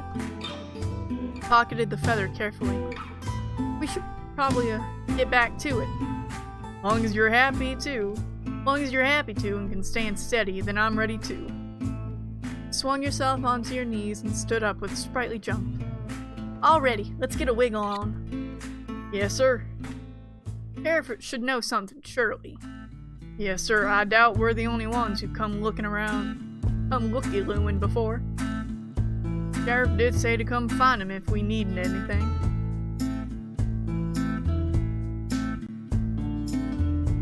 like the art style a lot in this game. It's highly appealing to me.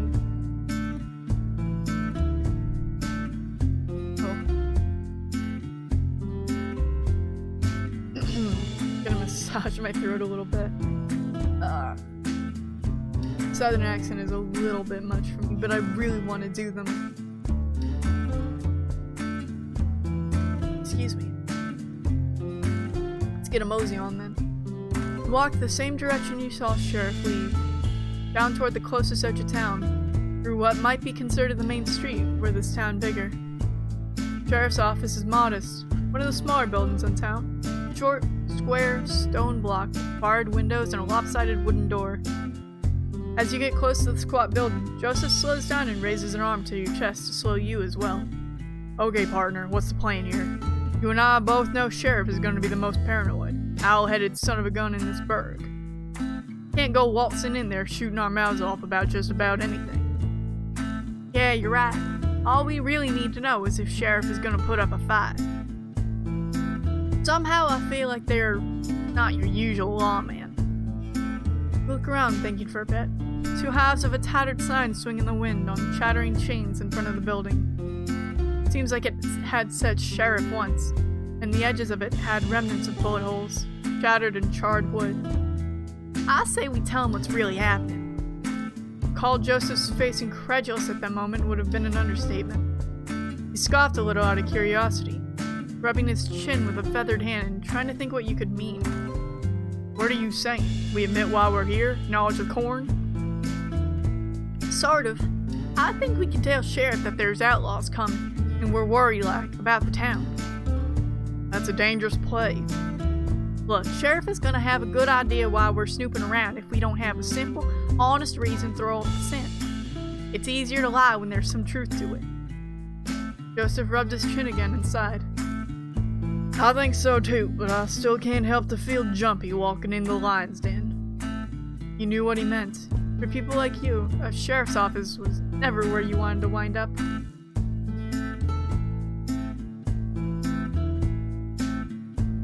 Walking into the office together, Joseph ducks to clear the doorway.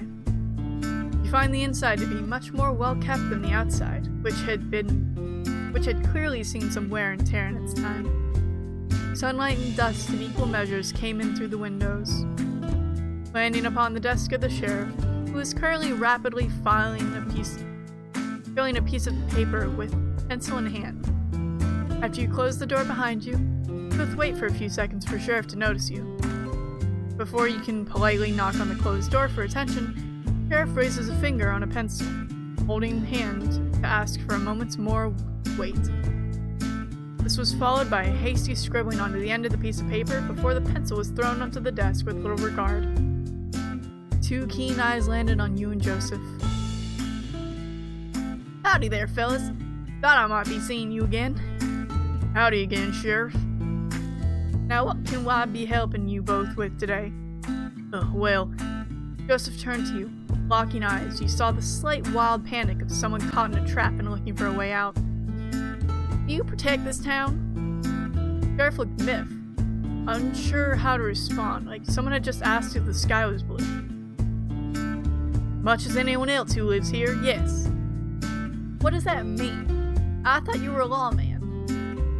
Sheriff regarded you with some annoyance, still seemingly puzzled over what you were asking. I think I see the confusion here. I'm not a lawman. In fact, I'd say I'm not a man at all, or a woman. A law person. Are you a law person? Sheriff kept looking at you both, trying to gauge your reactions, whether you could be trusted, you guessed. My name is Sheriff, and that is the moniker I've chosen, and I'd ask you kindly to refer to me as so, or not at all. Joseph tipped his hat politely. We love a non-binary lizard. Not a problem, Sheriff. You run this town, then. That would also be a no. Well, something. You boys are asking some real strange questions. Is there something that I ought to know? Joseph had faltered, and now you did too. This isn't what you just planned. You were just saying the first things that came to mind, fixing on Sheriff with a calm pair of eyes but a shakiness in the knees. Maybe you hoped Sheriff would say something that would change things. Strange what you were both there for. Before you could fall over, Joseph placed a hand on your shoulder and you tensed before he gave it a light squeeze, stepping in. We heard from some other fellas on the trail that there were outlaws around, come this way even. I see. Well, you boys shouldn't worry. We know how to care of ourselves in clemency.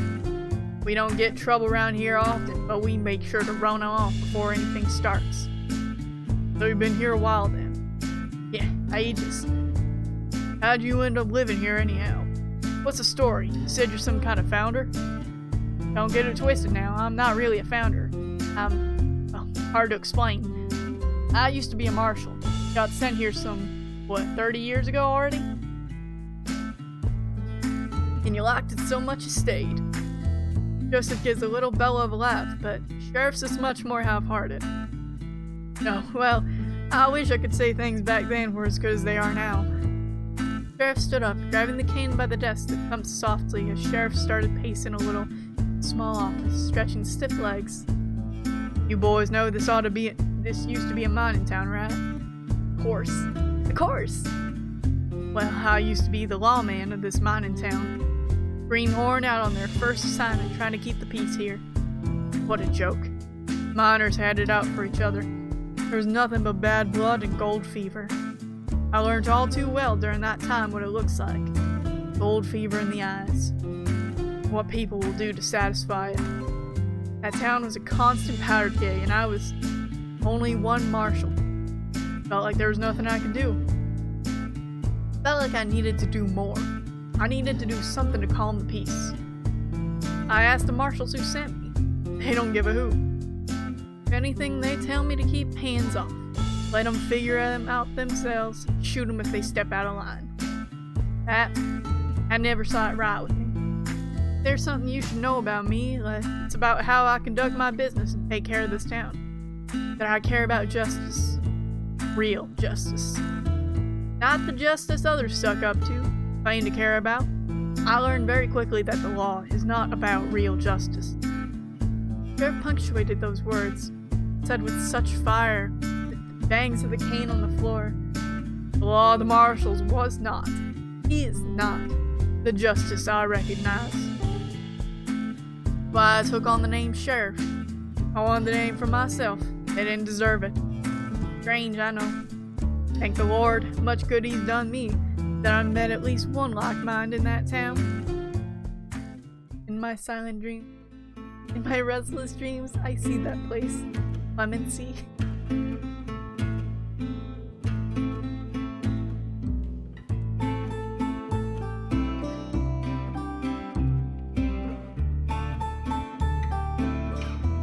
Sometime in the winter, we had a caravan arrive in town. People had been traveling along across the trail, needing somewhere to stay for a spell. Had some to sell as well, furs and such, anything to help get by. Friendly folks, I enjoyed their company. Spent a night drinking with them around their wagons. Miners, they didn't take kindly to them, didn't trust them. That was a week I'll never forget. Constant accusations of stealing and flare-ups. Shouting matches almost ended in drawn irons. The miners were so darn jumpy and owl-headed about the slightest things. 3 days later, a miner turns up dead, stabbed in his sleep.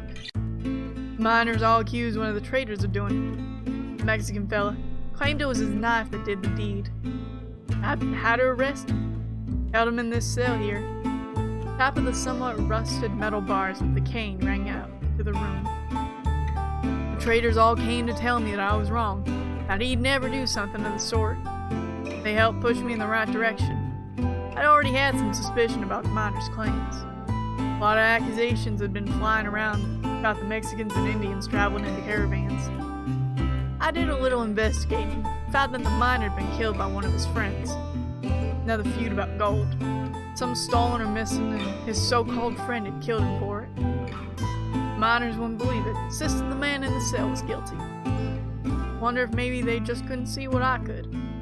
See things through my own eye. Felt like a mockery of justice, of everything I cared about.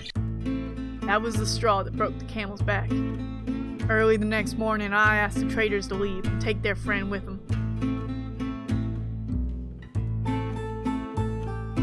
Sheriff notices how intently you both are listening, watery eyes flicking between you both. Anyway, that's a lot of blabbering from me already. Long story short, I kicked the miners out for the better. You make it sound like it was real easy. How'd you get that many miners to just lost his You make it sound like it was real easy. How'd you get that many miners to just abandon gold? I did what I had to, and I have no regrets or weight on my soul for it. Really, getting them out? That was the easy part, I suppose. We moved and rebuilt some of the town, further from the mines. We all want a fresh start. The years since have been hard, very hard. I don't have the stick because I've been sitting on my jollies and gazing at sunsets. Town may be small, but it's worth a lot of work to keep it going. Sheriff turned and went to sit at the desk again, the chair creaking beneath old bones. Don't take my griping to think I'm not thankful for this place, though. I've done a lot for it, but it's done just as much, or even, in return. How do you mean? I can't say I've ever really had somewhere I live do much for me. Sheriff sighed softly, looking out the windows into town. A clear view of the cobbled-together houses cascading down the shallow hillside. Clemency has given me somewhere to live. I had many hopes when I chose to stay in this town, to try to make something of it. I worked hard to keep the respect of those who live here as a person, not as an authority. People here don't see me as an oddity. They don't fear me. They don't mock or interrogate others for how they live. This ain't just a community. It's family. We're all far from our homes, far from people who made us. But here we can make ourselves what we want to be. Town of runaways who don't gotta keep running away anymore. Sheriff stared out the window for a few more moments. The sun was a bright golden shine, crossing wistful eyes. Turning back to you, Sheriff pulled back into the desk and got more comfortable.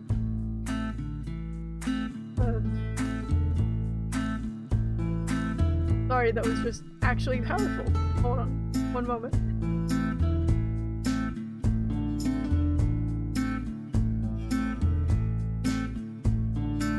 Oh, okay.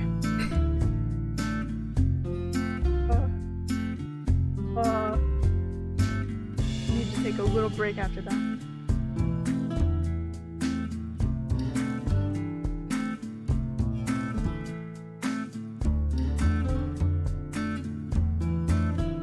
I'll do a little stretch break.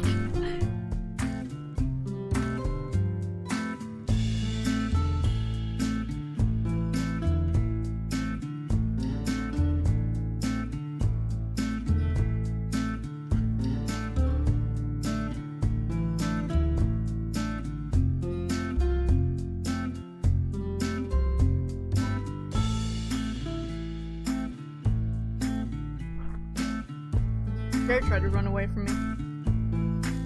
Whew. Now that I am home once more.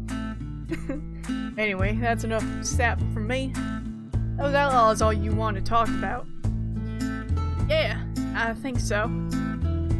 You wish you had more questions to ask, more to say, more to hear about, but no other words escaped your maw except for thank you. Don't mention it. Thank you too for the tip-off. Keep these old peepers peeled. Yeah, thanks back for talking, Sheriff.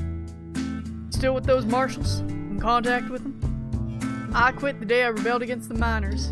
Never heard from them again. Joseph nodded, tipping his hat. Sheriff tipping in turn. We stepped out the station to the blinding sun together. I like Sheriff a lot. I like them. Walking back to the edge of town, on the other side from the sign you now knew read Clemency, you both stood on the edge of a little hillside slope. Picking dust up on yourselves as you settled on the rocky crevices. I think that's all the useful place of interest here, unless we want to go knocking on folks' door asking for gold.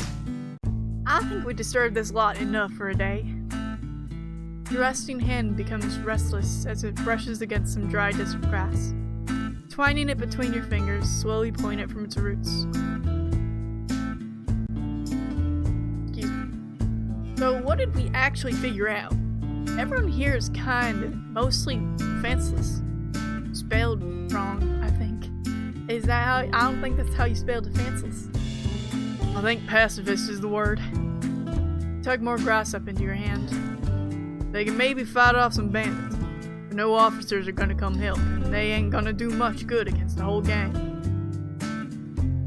And there is gold here, somewhere, in some forgotten mines no one's seen for decades. Well, it's gotta be around here. There's a mine in town, for Pete's sake. How far could it be? You shrug. Sheriff said the town has moved. Mines could be anywhere now. Maybe it really was just rumors. Maybe there's not really anything to find here. I think you know as well as I do that these folks were antsy. Funny as well, but gold gets their hackles up. Someone has to know where the mines are. He knew he was right. He knew how to read people well enough. Joseph stood up, gazing out across the landscape of the town and beyond, searching toward the horizon. Gonna use those special eyes of yours, bird brain? More use than you get chasing your tail, mutt. He looked at you for a moment with a smirk, and you smirked back. You rolled the grass in your hand between your fingers, squashing the reeds of it together, dropping seeds in the sand. I can't see nothing. Goddamn sun in my eyes ain't helping neither. I don't know if Bartholomew would help out. He was maybe the most friendly one of the bunch. Sheriff didn't even talk about the gold. Because Sheriff knows how to keep the town safe. You look up at Joseph, his puzzled face squinting in the sun, looking down at you. Looking back out into the desert, the sun sets between two rocky outcroppings in the distance. A light bulb plucked from the sky by unmoving fingers. It'll start getting dark soon. Sheriff knows where the mines are. Bartholomew said he never saw them. Jacob was never a miner. He had no reason to go into the mines. What, so he never saw them? That don't make sense. I'm not saying that. I'm saying even if he did see them back then, he won't remember where they are now.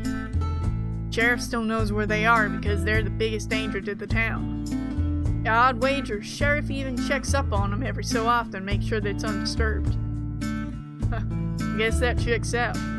We don't have the time for a stakeout, though. You balled your hand into a fist, the grass yielding and turning to dust. We don't need to know where they are anyway. We got all we need. Knowing where the mines are would just be a penny in the hat. We should think about our next move. You ignored the tiny knot in your stomach as you thought about what to do next. You should just leave, but nothing else to do here. You should just think about risk. Getting dark soon. I think we could stay at the saloon. Sheriff did offer. Sure you want to stay here for a night? Seems like the least we can do before we leave. Unless camping outside has some mighty appeal to you. Joseph flashed a wry smile. Alright, let's go have a look first. No point bringing the horses down if I can't afford the rooms. Standing up, you feel the dust fly between your fingers with the wind blowing east. Follow Joseph, a few paces behind. You walk toward the saloon again, looking forward to having somewhere to rest. You don't remember the last time you actually stayed in a room somewhere. There's always a tent or just in your bedroll, lying beneath the stars. You see Sheriff and Bartholomew standing on the porch of the saloon talking intently, but can't pick up any clear words on the wind. Sheriff notices you both as you approach, patting Bartholomew on the back as he takes his leave back inside. Sheriff leaves the shade of the saloon's overhang, walking with purpose. The blue of the sky was starting to fade into oranges, pinks on the edge of the sparse and tiny clouds overhead. You both slow to a stop as Sheriff approaches you quickly. The face approaching you was different from before, and you see Joseph's face fall a little. Sheriff came to a stop in front of you both, twisting the cane in the dirt a little. The old and frail figure standing in front of you was shaking a tad. You could hear slow and deliberate breaths from the chest. The usual confidence and bluster off of Joseph dissipated under this new glare of Sheriff's. The new and sharp eyes unlike those you'd seen when you arrived. There was a tiredness in them, fierce tiredness, beneath which was a wild look you'd only seen in the eyes of the newly grieving. Gripping the cane, scaled knuckles turning white, Sheriff spoke in a low and calm voice. Yeah, I should have known. Thought maybe I was wrong this time. It all seems so, I don't know, like you should be here. Even so, I knew there was something off with what you were asking. Is everything alright, Sheriff? We were just going to see if we could stay at the saloon. Sheriff slammed the cane into the dirt with such force that you feared it might crack the earth beneath. You know damn well things are not alright. I had a little chat with my friends around town, talking about the newcomers. What they'd been asking about. Just passing through town. Give me a break. I should have known it was too good to be true. I know when I see gold fever in them eyes. We're not here to cause any trouble, Sheriff. We'll be on our way tomorrow morning. Really now? Well, Sheriff reached a free hand behind and pulled an old revolver to point at you. I'm gonna say this, and I'm gonna say it once. I made a promise to protect this town and the people who live here, that I would do what was right by them. So both of you are gonna turn tail and leave, right now, and you never come back. And if I ever see either of you heading this way again, I will shoot you dead before nary fur or feather crosses that town line. He stood still next to Joseph, a small fear of walking taking hold as you feel like the wind might knock you off your feet. Understood, Sheriff. Joseph started walking away, not stopping for you, even as you stood there a moment longer just to say one word. Sorry. You knew that didn't make up for it, but it was all you could muster from your tight throat. I hit my microphone. I'm so sorry. You turned quickly and walked away after Joseph with your head down, staring at your feet as they rhythmically sped up, one after another, through the dust tracks of a town you couldn't come back to.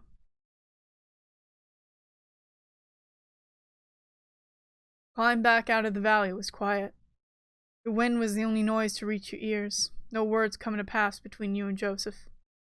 Only the occasional meeting of eyes when he looked to make sure you hadn't fallen behind. Those eyes, that face you had grown accustomed to so quickly, having at least the hint of a smile resting, was devoid of as much emotion at all. He wasn't thinking about it, you felt, but to not think about it meant to not think at all. So he didn't, his limbs carrying him up the path, but no one was home. You understood, of course. Much as you liked not to think about it either, you couldn't ignore the small dread in your chest. Like it was in the cavities of your insides, seeping around in between your organs, a creeping tar. Not a suffocating tar, just making you feel heavy, dense.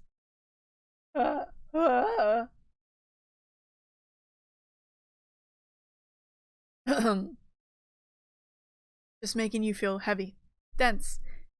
If you stopped walking now, you didn't know if you'd start again. The sun was starting to dip into the horizon when you reached your original meeting spot at the top of the cliff. Both your horses were lying in the long shadows of some rocky mounds, your own shadow stretching across the sand as you go to tend to them. You both hauled your bedrolls off and started to unpack them, giving the horses some water and sorting through your belongings. Still without a word, a camp for the night quickly formed between you as you worked. Joseph had brought a thin metal stand with him to hang the cooking pot over, and gently tossed you his book of matches as he erected it. He struck the match in a familiar fashion, placing it in the middle of a dried assortment, pulling gently to encourage the shy flame. Lifting your head back up from the budding fire, Joseph was having a little issue getting his stand to, stand. His face was still the same neutral, empty face from before, and you noticed a little catch on a joint that hadn't flipped properly. You brought your hand up to flick it out the way. Either the lurch of the stand falling into place or the momentary touch of your hand against his seemed to jolt Joseph out of his listless state. Thank you. Smile, just a small one, a weary and wary one, had returned to his face. You're glad to see it again. It was enough to make your chest a little lighter, horror receding just a touch. With the fire lit, a modest plume of smoke started billowing. The music caught me off guard. It jump-scared me. A modest plume of smoke started billowing into the sky, scattering in the fading sunlight. Joseph got up momentarily to rummage in one of his saddlebags, coming back with a tin and some bundled cloth. I've got some beans, some salted pork too. Not sure what you got with you. Oh, right, yeah, hold on. You had plenty of water still, and if he was propping up the bulk of the metal, you had some molasses to add too. He brought them both over and let Joseph, sitting on his bedroll he played out now, take the reins. Wasn't really a two-person job. With the beans gently cooking away now in the pot, he sat there, lazily stirring it with a spoon. Grabbed your bedroll and laid it out on the opposite side of the fire, squatting and dropping onto it with a thud, tucking your legs under towards you. Resting your head on your knees, holding them in your arms.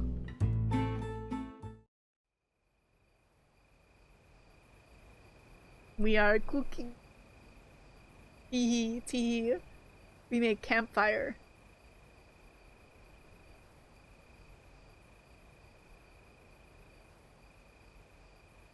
The two of you sat like this a short while, watching the pot steaming away, the orange flames licking the underside of the well-used metal. You found yourself thinking about what happened in Clemency without even realizing. Pang you felt in your stomach when Sheriff knew why you were there. Sharp chill that shot from your neck to your tail when the gun was pointed on you. Pulled on you, rather. You weren't scared of being shot. That wasn't it. That wasn't what set your palm into a cold sweat. It was something else. What about having to leave that town? Sorry for letting you do so much of the talking today. I'm more of the quiet type. Sure you figured that out already. Flashed your weak but genuine smile. Not like I did us much good. Wasn't your fault, Joseph. Sheriff was paranoid and we were bound to be rumbled eventually. Besides, it doesn't really seem like there is any gold here. Unless we feel like setting up a new mining operation. Yep, I'm sure Black Vulture will love to hear that. Wasn't my fault, I'll say. He sighed, a sharp exasperated exhale through his nose holes. One knee of his crossed legs, fidgeting and bouncing as he stirred the pot. You were a little taken aback that he seemed to be mocking what you said. It just wasn't what he wanted to hear right now. Still, you understood his frustration. What'd your boss think, if you told them what this place was like? Would they even believe us? Sorry. You snapped from your thoughts by his apology. A slightly guilty look on his face, knowing he must have seen that he hurt your feelings a little. You're right, it's not my fault exactly, but hell, this is a mess, Robin. His fidgeting was spreading, playing across the feathered fingers of his wings, his face, his eyes, his knees again. Like a ragtime tune was playing all across the inside of his body. What's he like? Black Vulture. He's His breathing was ragged too. You got onto your knees and reached your hand onto his, that was stirring the spoon even now. Gentle but firm grasp, stopping its motions.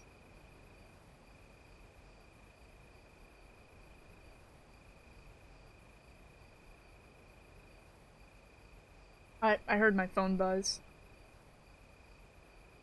It was nothing. Your eyes met over the cooking pot. He looked like he was seeing you again for the first time in a long time. The shaking in his hand came to rest and relaxed its vice grip on the long spoon as you held each other's gaze. Let's go. I'm here. It's all right. He nodded a few times, taking his hand away and resting on his haunches, stretching his legs out. A few moments passed as Joseph regained his calm, laid-back demeanor. One leg still bounced a little, quick rhythm, tapping a dance hall tune. I like that horse. That's a good horse. The sun was almost gone now, the last dregs of its light in the desert, turning everything in the distance a single, dusty red. Stars now as you look to the sky, the light continuing to fade. More and more points of light dotting their way to the east. Turn your eyes away from the sky when you heard the sound of a pen knife flicking. Don't mind me none, just doing a little preening. started taking the knife gently to his wing. Very gently. Maybe scraping away older feathers, while also opening new pin feathers scattered across the wing, in motions almost like shaving. Forgive me if I'm talking out of line, but why don't you use your beak for that? Well, Mama always told us you don't use your beak for things around anyone other than family or lovers. Ain't polite. A little sheepish admitting it, like it was an uncommon quirk of his family. You asked about Black Vulture, yeah? Don't you know the stories already? Yeah, but those are just stories. I know what it's like riding with someone with a few tall tales trailing behind them. Joseph snorted a little, still making his way across the wing with his small knife. Yep, that sounds about right. Pretty sure some of the more flattering ones I've heard were left behind by the vulture himself. Settle on the side of your legs a little. Be more comfortable as you kept stirring the ever-cooking pot. Where to begin with the man himself? He's a real piece of work, that one, I can tell you that much for sure. He's a city slicker that considers himself a cowboy, even though he hates getting his boots dirty. Acts all gentlemanlike and such, real flannel mouth. He'd charm the pants off of you if you had something he wanted. Then when he's got what he wants, he'd jab the knife towards you pointedly, stick you in the back and twist it hard to hear you cry. Turn the knife back to preening. He's a terrible shot too. There are some stories that he can shoot the cap off a bottle without spilling it from 50 paces. But he ain't the sharpshooter. Never. He's almost as bad a shot as me. Got someone else for that. See, that's how you run in his posse. Make yourself indispensable. He tapped his knife on the ground through the word to make his point.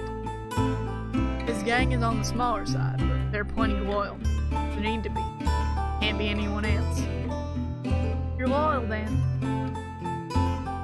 I'm the eyes. I'm useful. I get on good with a lot of them. Black Vulture keeps me around. Win-win.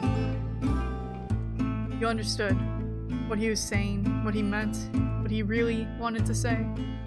You understood how it felt to be under that kind of looming shadow. No one for miles around, but don't say anything, just in case. You'd seen what happened to other people. You both had, for sure. Joseph was as far from a greenhorn as could be. He swapped hands and started the knife on his other wing now. What about Curly? Said there were plenty of tall tales about him, split fair with me. You didn't look at him when he asked you. You kept looking at the pot, peeking over to check the beans. Looks about done to me. Joseph stared at you for a moment when you did meet his eyes, then closed up his knife, kneeling over to look with an approving whistle. Yeah, looks it to me. He laughed a little as his stomach gave a hearty growl, fetching the bowls and holding them while Joseph served you with a big, slopping portion. Night had come now, and you both gathered a little closer around the fire and moved the pot stand to the other side. You could see him easier now with it out of the way. The pot lifted, the fire rose, dancing in the wind, sometimes hazing your view, the blur flitting in and out as you glanced at it while you ate. Believe it or not, but I ain't the cookie back at camp. Someone else got that privilege. It's clearly joking, but the beans were some of the better you'd had. I never would have guessed. I don't cook that often, but I make some bean donuts from time to time. Oh, do you now? I'll have to try them then. I hope so. It's so selfish to ignore his question. Saying nothing about Curly Wolf. How rude of you. You weren't raised like this. Couldn't though. Never. Or more like you didn't know what to say. How many years has it been now? Sorry, I should have said something when you asked me about my boss. I get it. No, I mean, of course you do, but it's also that when I said I was the quiet type, it's more than that. If I'm shooting straight with you, I don't remember the last time I heard my own voice before today. At the camp, I might say yeah or no, but I don't really talk. And when I'm away on a lookout, there's just no one to talk to. I don't want to talk to myself and just be reminded I'm alone. I've never talked about it. I wouldn't. Joseph looked straight at you.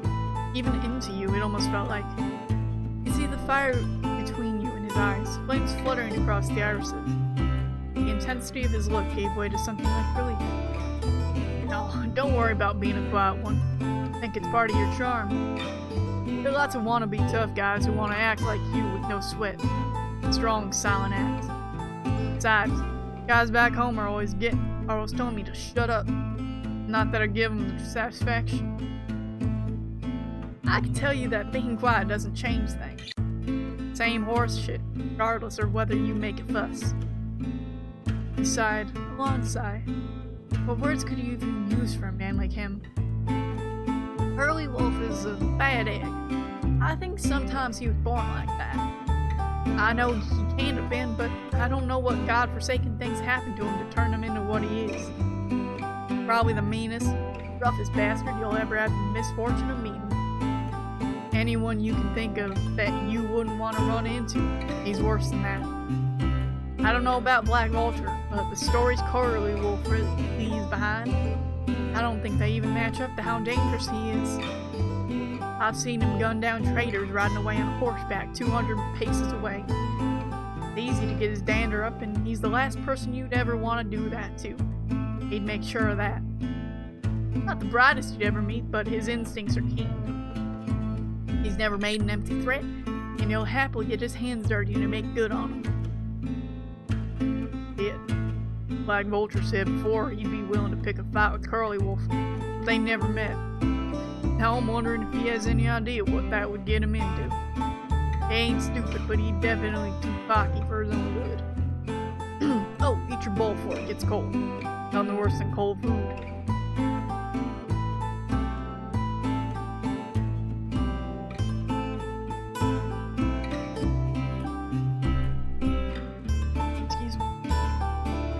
As he said, mulling over what you talked about while you ate. Joseph had had a head start, but even so, his eating was voracious, and he finished before you were even halfway through yours. He sat back from his hunch over the bowl, wiping his beak on his arm. He looked around some, into the fire, out into the darkness of the desert. You could tell he didn't want to stare, but his eyes took you in anyway with long glances. Soft, clearing his throat to stall for the words he was thinking of. Say, Robin, I wanted to ask. He grabbed his knife again, taking it to his wing once more, looking away as he asked a common question. Your arm. I hope you don't think me cruel for asking, but what happened? Did he do that to you? You were pretty used to questions about it, but you appreciated the genuine warmth behind his words at least. This old thing. Yeah, it wasn't pretty. It was a practical joke of sorts, if you call it that, by some of the guys during the camp. Took my bandana and shoved it in the mouth of one of the horses. Egged me on like to get it back. Reached my hand in, and of course the hoss gets all antsy and bites down, starts thrashing, trying to get away. I don't remember much after that. Blacked out from the pain. Next thing I know, I'm being hauled to some doctor. Told me they had to amputate for it putrefied. Joseph had stopped preening at this point, looking at you with some real watery eyes and a soft expression on his brow of both anger and horror. Got the bandana back, so, win some, lose some. Sorry. Nothing to be sorry for. A long time ago. You just live with it. Full and finished, set aside your bowl, taking another appraisal of your surroundings, looking up to the sky and its carpet of stars. It was quickly starting to get cold, so you got up and went to your horses, fishing some blankets out for them. Right inside the bed, you find your usual extra blanket for yourself. Okay. Must have forgotten to take it before you left. You spied your binoculars in there, took them and walked to the edge of the cliff again. About to put them up to your eyes when you realized you'd need them to see what was happening in the Lemon Sea. The whole town was dark, except for the bright lights prominently shining from the saloon. Saw the shallow silhouettes of people dancing play out across the streets in front, and if you listened very closely, tick. Seems like they're having a rip-roaring time. Yeah, I wonder if they would do it tonight, like Bartholomew meant. Why wouldn't they? They've got to be worried. What have they got to be worried about? His voice was a little cold, blunt, ice cubes in a drink bumping your teeth as you sip. Out of all the towns I've been kicked out and run out of, This is the only one I'd want to come back to. Place ain't for us. We're trouble, Robin. We're no good for these folks. Tomorrow we'll be gone. Tell our bosses we didn't find anything. And if we're lucky, they'll just go on their way. Maybe in another life we could have gone back there. Would have been nice. This is our life. Our only one. It is what it is. We move on.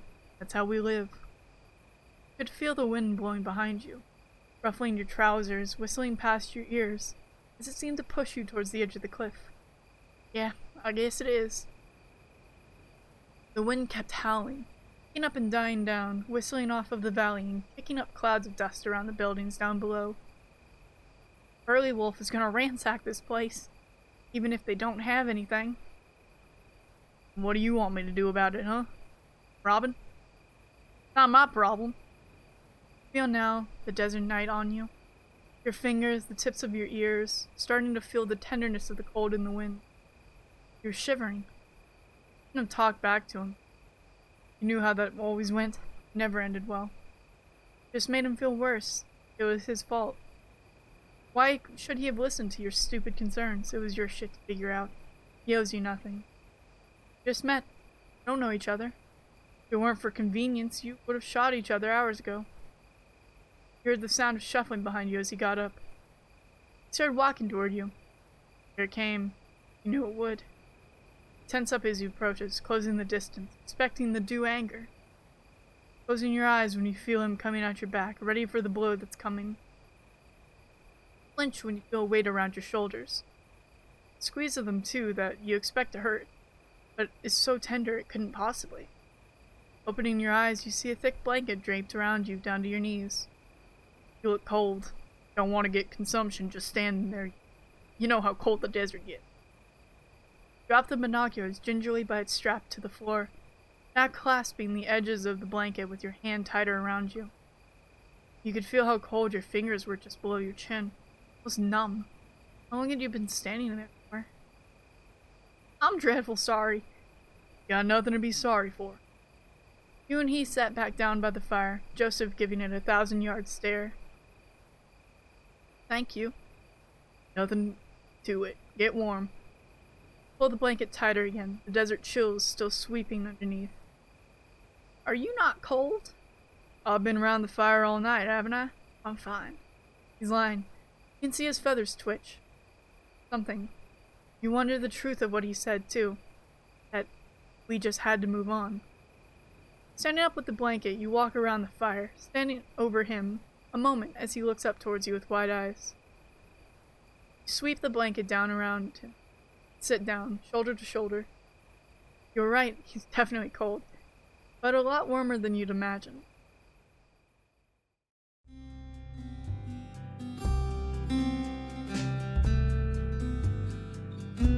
This is pure. Pure.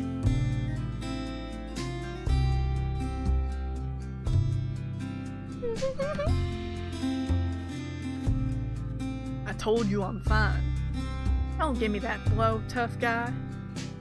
No, you're not. It looks like he's going to say something, but just shuts his beak. It suddenly seems a lot warmer. Sorry, I didn't mean what I said. I know, that wasn't the fella I've been around all day. I'm just scared. He nods softly, as to be almost unnoticeable. Yeah, more scared than I ever been. Together you cuddle, bringing the blanket tighter, or together you huddle, bringing the blanket tighter and tighter, and moving closer to you. It smells like the desert, dusty and sweaty. Why is this so warm? Why do you feel like this? Not warm like you're around a fire, but like there's a fire inside you. Warm coals shifting around inside and embers spitting in your throat. Have you ever felt like this before? Joseph, He looks at you, your faces so close together. You lean your head into his shoulder, staring into the wild dance of the fire. I haven't met someone like me before. Or someone like you. You're extremely kind, even to a stranger like me. I wish I could know you more than a few hours. I know I have to ride back in the morning, but all the hopes I've hoped, all the strongest is that I could just stay here. That the sun would never rise. I don't want to go back. You stay clinging to him. After a few moments, he pulls you tighter. I have to say, I feel the same way. I can see in you someone who's faced so many hardships. Someone who deserves better. Worked harder than any of the lump suckers back where you've come from. We're a couple of queer fish in a barrel, I'd say. Lord knows how we found each other. The sun will come up again, and we'll have to go our separate ways. We don't have another choice. I just wish it wasn't so. I wish. You lift your head to look at him, but he just gives you a look and turns back to the fire. What are you thinking? His eyes, warily, like he's been asked to carry the world on his back. Just a flat of fancy, that's all. It's not realistic. You look at him curiously, catching his eyes. He looks at you almost for approval before he thinks about what he wants to say. I wish we could run far away. That's it. Two of us, far away from everyone and everything. Right east till we know no one's chasing. That sounds nice. Both cuddle for a little while longer, sitting close and resting your heads together. Thoughts of running away took over in your mind. Is that what you want? As if he could read your mind just as fast. What do you want to do? Thought more. No one had ever asked you that. And even so, you knew what you wanted to say. Tired of running, Joseph. I want to fight. I want to kill Curly Wolf. Really. The only way I can think is to be free of him. You know as well as I do you don't get just up and leave. Don't get me wrong, I'd love to be free of Black Vulture too. You think that's something you can do? Kill him. I can't do it alone. Our gangs, Joseph, are gonna have to destroy this town. After we ran away, we'd never be safe. We'd be looking over our shoulders the rest of our lives. I don't want to run away from things anymore. I want to run towards a better life. With you. Joseph's eyes were sympathetic, but his expression was of discomfort. I think you're right, and I do want to help you, but I'm useless in a fight. I can't shoot straight. I don't want to die, Robin. I wouldn't let that happen. I'll keep you safe. We can keep each other safe. We haven't been living our lives, Joseph, just surviving. Something better than that is worth dying for, I think. Fight feels inevitable. We should face it. You really that desperate to get out? You nod, head held against his shoulder. He sighs that same sigh again. Long and heavy, almost theatrical. I think you're right. A chance like this won't come again. I might even be tempted to call it fate. We should talk to Sheriff again, I think. Somehow. If we can. He yawns. I just don't know what we're gonna do, but we ain't gonna figure it out when we're bone tired. Get some sleep. Come morning, we'll talk more. Figure something out. And then, hope on a kiss and prayer that we make it out alive. Chuckles. Ain't that the story of our lives? This'll be the last time we have to fight like that, I swear it. We both fall asleep against each other, dreaming of that promise. Praying for a better tomorrow and willing to fight for it.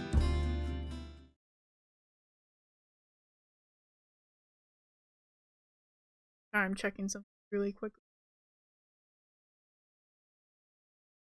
If this game's much longer, I might just pause it here and continue it later.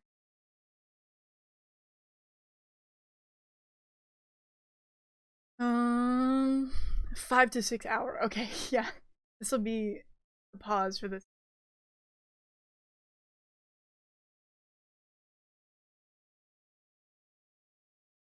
Okay. I already spent like an hour on it. Maybe 2. Oh.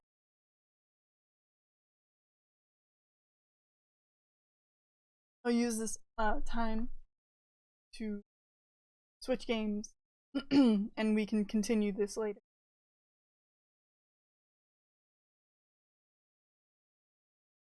But first, a quick break. I was reading so much. So many southern accents. I need a rest. Ah, that was the wrong screen.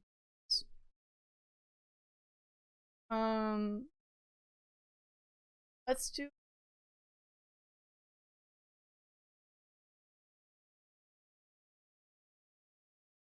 my voice is kind of shot. water.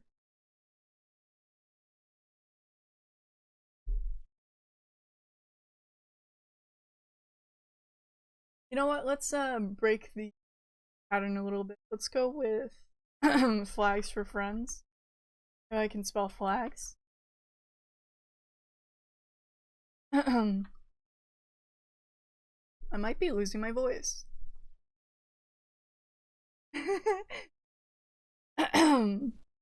Let's do flags for friends. That seems... It was gonna be my cooldown game, but I think I need that right now. My voice is shot.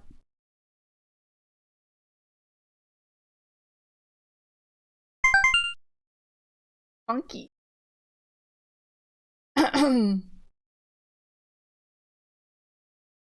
There we go.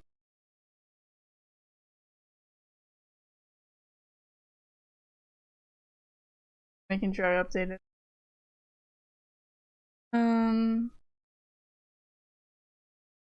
Field campaign. So quiet. Oh, okay.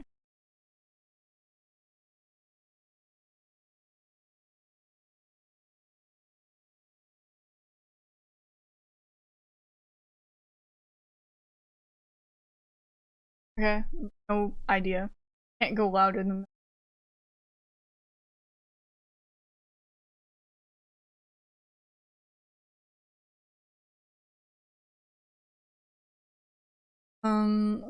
Let's talk to Pirate Beard.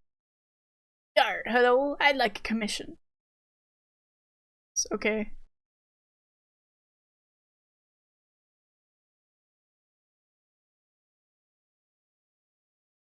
I needed to tap button press every time.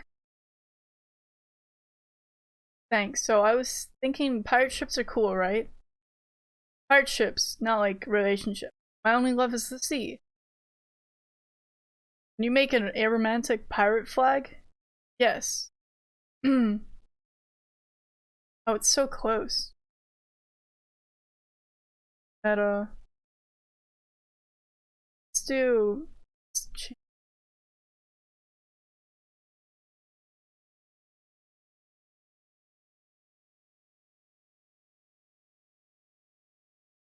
a pennant. This one. A romantic pirate pride. Can I use my... I can't imagine. I'm not gonna try it. I was gonna see if I could use my drawing tablet, but I don't think it...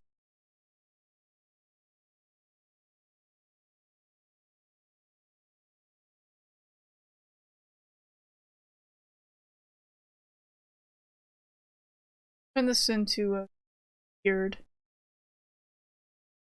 This button. Oh, it's the fill button.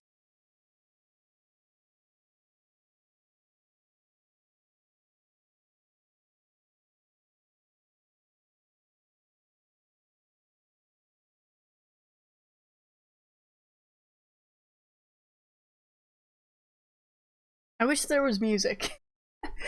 Really awkward.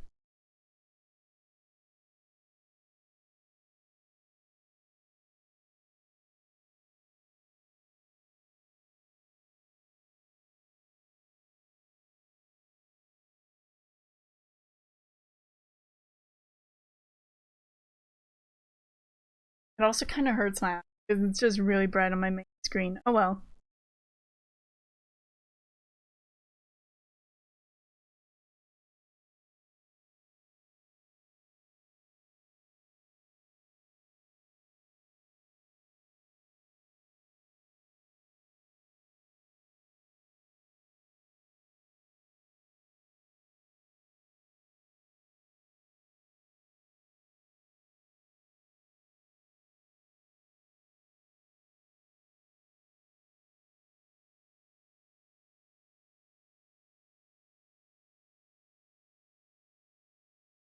This is like weirdly hard to use. Like, I think it's because I'm using a mouse. There, that'll be it. Hurts my eyes to stare at that green for so long.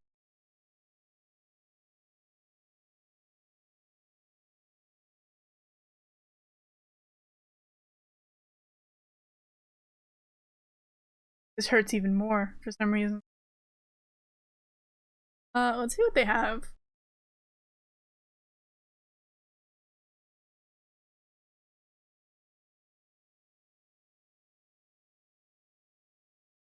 Huh? Oh, I guess it's just filling in colors. Pet the cat. Oh, to reset the flag. Oh, there we go. Oh, now there's cats all over it. Oh dear. Cat by pride. By cat pride. There we go.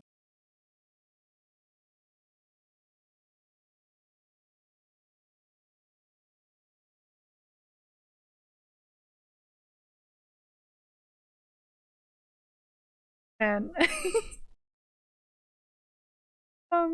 okay. No, why did I undo that singular? There are more stamps.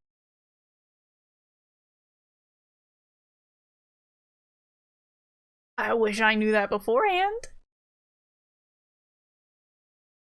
Just a single heart in the middle. I can't even tell what this is anymore. My flag, but is it really?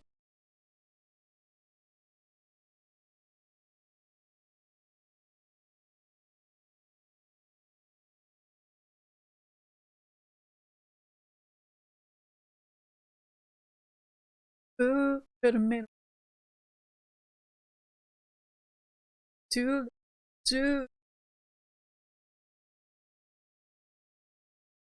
Oh, good. It happens all the time. I switched it and it's still messed up.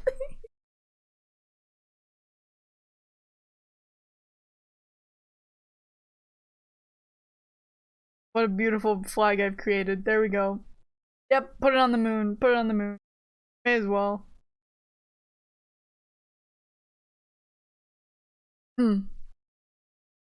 Okay. That's a cute thing. But I don't think my brain has enough patience for it. Especially with no volume.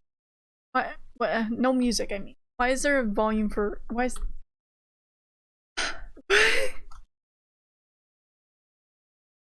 it does nothing. There's no sound.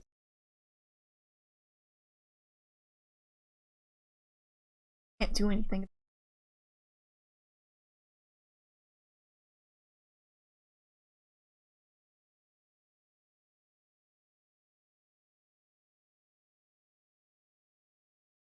Too late. Too. Okay, let's try like that.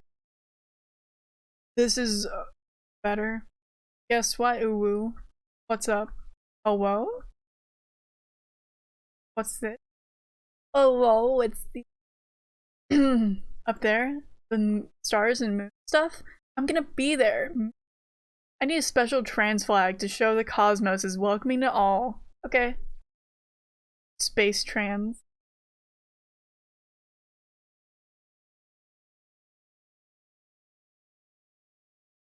What does that even say?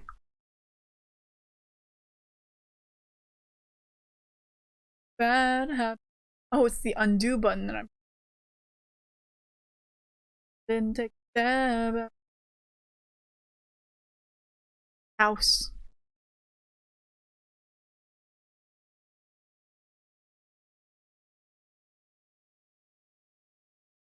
Gay. Does that say gay low? Lol, rather. Yep. LOL.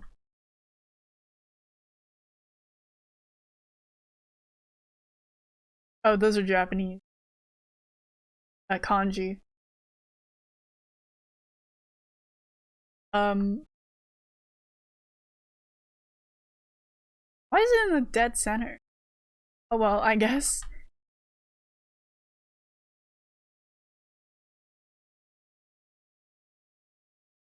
I can only use my mouse to decorate. Very cool. um,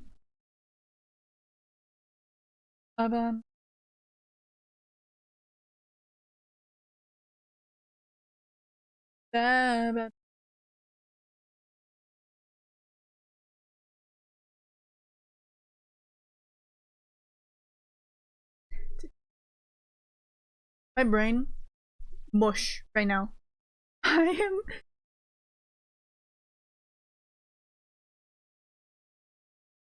Oh, that's annoying. Not even space.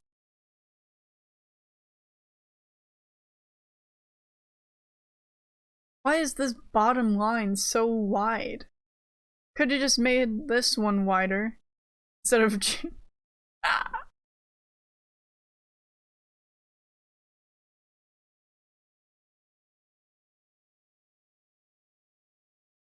I know I've already said it. Silence is deafening. I don't need all the kanji. I want this little person. Why not? They are walking home. This one is also walking home, but they're pink. This one is white. So this one. This one is being sent to the void. There we go. That's perfect. Oh yeah, there's a trans UFO. I meant to cancel out what I was saying, the aliens, but it just came out as a stilted UFO.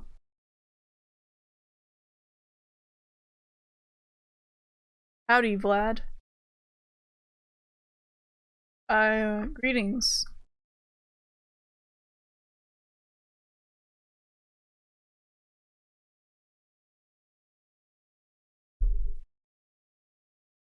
I'd like a flag to show gender's true joys, because it's not the truth that we're taught in school.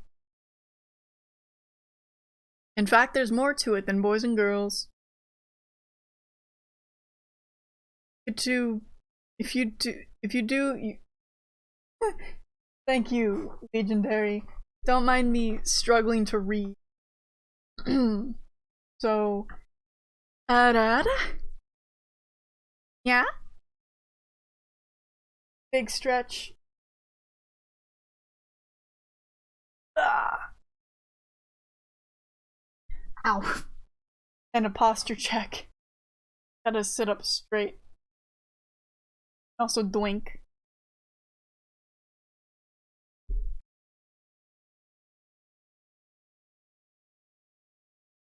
Thank you for other redeems, my friend. Oh, if you do please, you could become...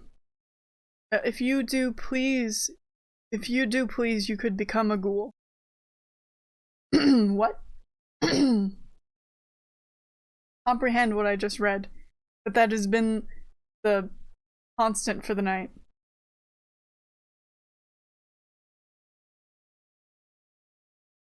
Oh, that looks funky.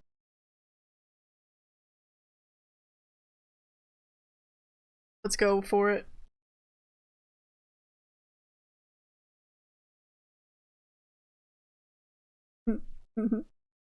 Here, this is what we're gonna do.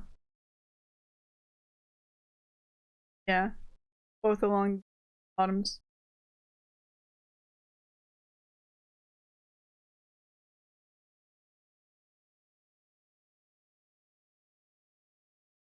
Perfect. Perfect. Oh, I'm not actually perfect. There's too many missing.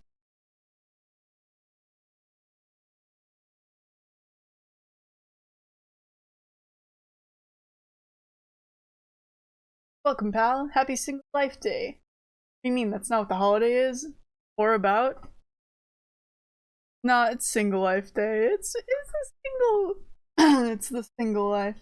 For me.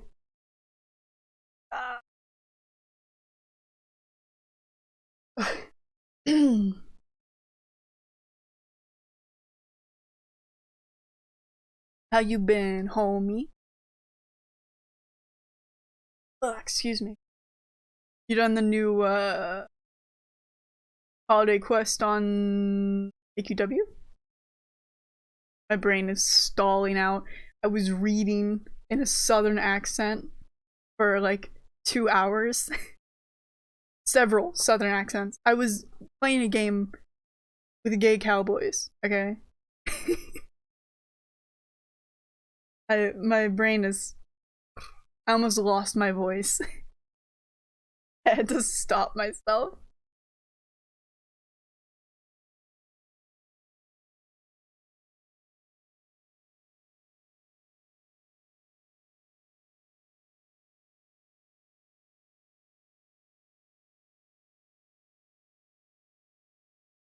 Like, I love the story, I'm just wrecking my voice, as I am prone to do.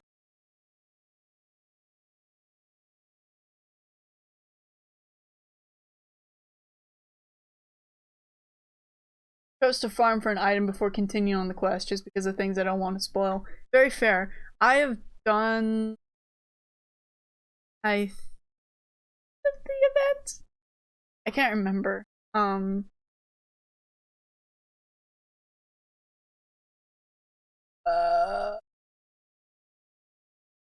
I already forget what it was. I think I finished it that quickly. Hey, big fan of your work. Ooh, so much. I'm a huge plant nerd. Did I claim that free? Yeah, I did. I made sure to do that, like, same day. Thank you for the tip off. I wouldn't have known otherwise. I love all kinds. Plants, trees, flowers. They give us medicine, food, and so much more. I want a bisexual flag that embraces plants as much as I do. Solid. I wish I had a stamp for plants.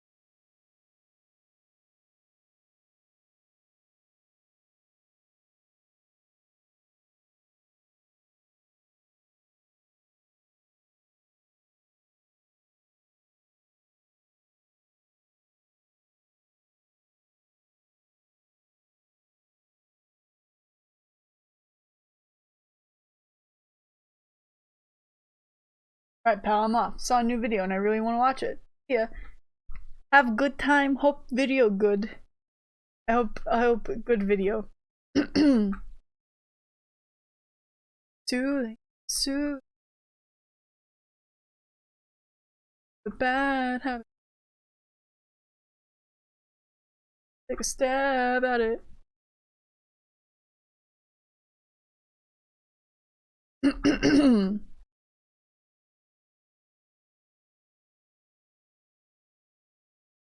Uh-oh, what did I do? I broke the game! Oh no, I fixed it. The green heart down here is now a permanent part of it, I guess. So I'll deal with that. I like tried to do Control Z instead of the normal. On this it's just pressing the Z button. But in my art program it's Control Z. So I just screwed it up a little bit. It's fine. It's fine.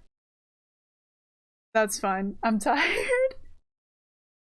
Surprisingly fitting. I could do so much more with these flags, but I'm just... What's... I might not actually stream much longer. There's some of the games that I had for later. Do you like singing? Oh, we. Could say that. It's my favorite thing, like, in the world. It holds power to connect everyone together and allow the whole world to act together as one. Could you make an NB flag about singing, please? Poor thing, buddy. Bad. About it. Okay. Singing? Oh, music notes. We have music notes. I am making the ugliest sinful flags known to me.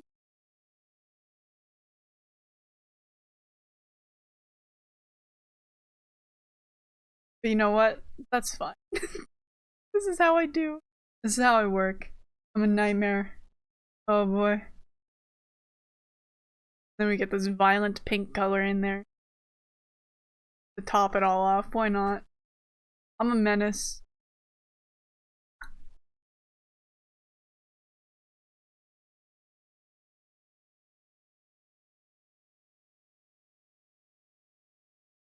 I create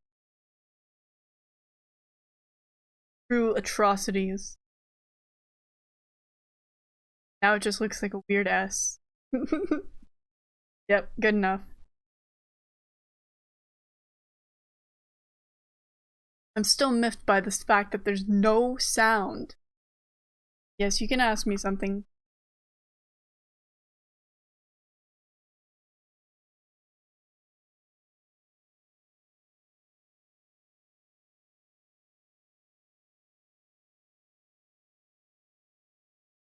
Oh, I've been making DIY art for a long time now.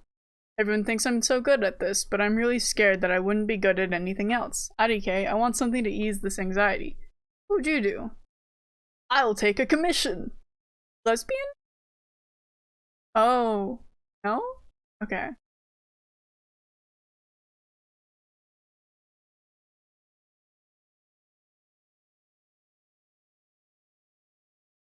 Oh god, you can't see this purple because of the purple in the background. Question mark lesbian. Existential drag.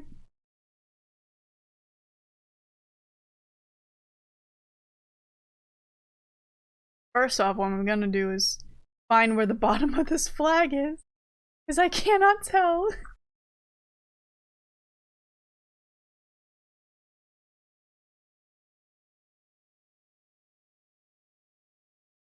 Okay, it's all the way down there. So nothing to undo. I'll just do this. Fix it. You know what you should do to fix your existential dread? Put a cat on it. I don't know. Live in it. No, don't live in it. Oh, there's the cat. Saw it for a second. And then, I don't know, let's find out what dithering is. Oh, I see.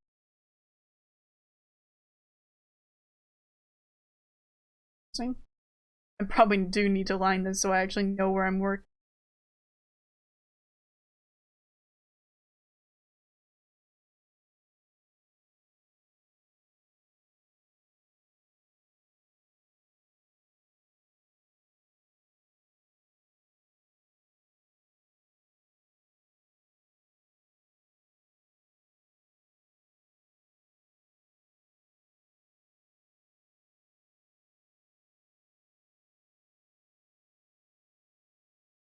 This is weird. I don't know what I'm doing.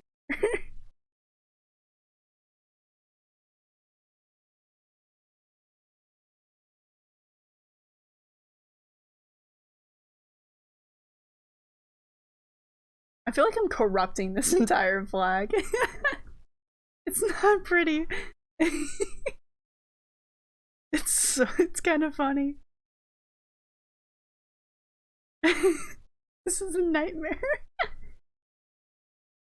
I'm only good at making horrifying flags.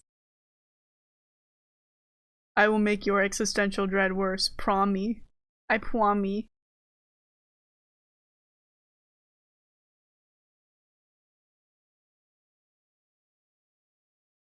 That's done. That feels even more dreadful. What's happened? Oh. I just want to read the hint.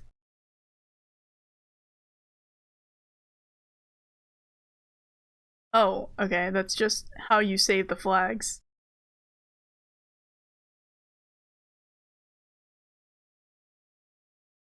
Oh my god, I feel like the game's actually just breaking. I love your passion. Here you go. Okay, but that's enough of that. I think I'm too tired. And the fact that there's just no sound. Yeah? Okay. Ooh. That'll be me for the night. Wow. I did not expect to be so worn out. I wanted to play a little bit more, but I think I'll actually revisit Lookouts later. Maybe I don't know how busy I'm gonna be the next few days. I don't know. I'll try to do another stream soon-ish. Let me turn on music. It's been awkward because there's been no music during that flags thing. It's me creating horrible bastardization. Go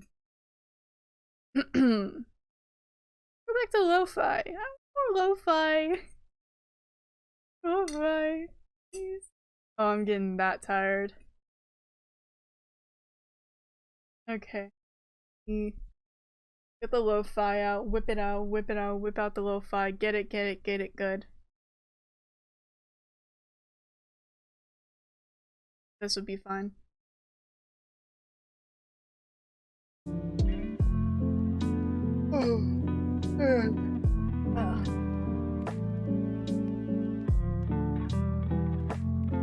Healing. Bit of heat.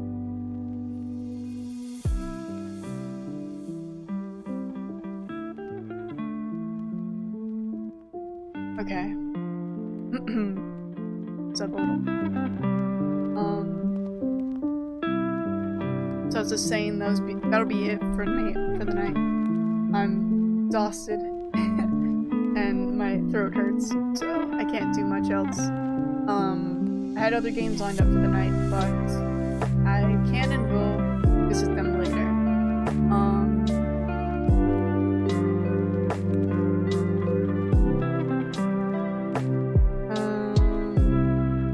So the games we did tonight were all from itch.io.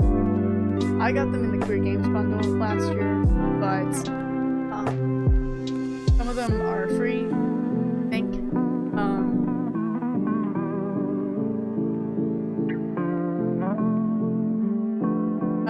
I believe Someone Stole My Lunch is free.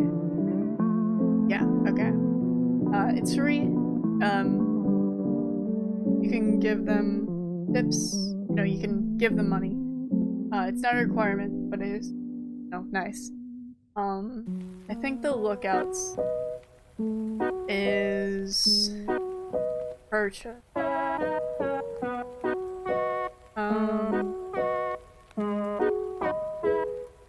Let me see.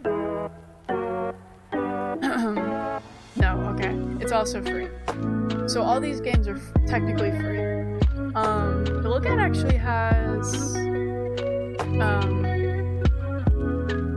if you pay more, you can get the gold edition, which gives you like art books and mini comics and the full OST, which I might implement in my I don't know. I might listen to it later.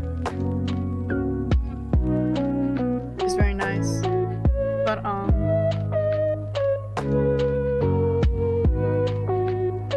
yeah, you can find them all on itch. Including the Flags for Friends games that I was messing with. We did 3 out of 6 games that I wanted to tonight. But I think we did... Well, Lookouts is really cute. I really, really like it. And I literally almost cried during it, but the fact that we're not even close to done yet, I'm gonna need to revisit it, for sure. God, I hope I remember. Someone's gotta hold me accountable. Yeah, I had a good time. Today's been an alright day. I hope, everyone had a good Valentine's Day. And that everyone has a good Wednesday afterwards. Take care of yourselves. I know I did today. I stayed off media as much as possible. Social media, that is. Because I have problems. And, the best I could do for me, so I did it to the best of my abilities. Yeah, I hope everyone has had a good day. Take care of yourself. Drink water. Don't almost lose your voice like I did. I tempted fate today. I didn't expect to be doing it. I should have expected it, but I did not expect to be doing so many southern accents. Hopefully they aren't awful to listen to.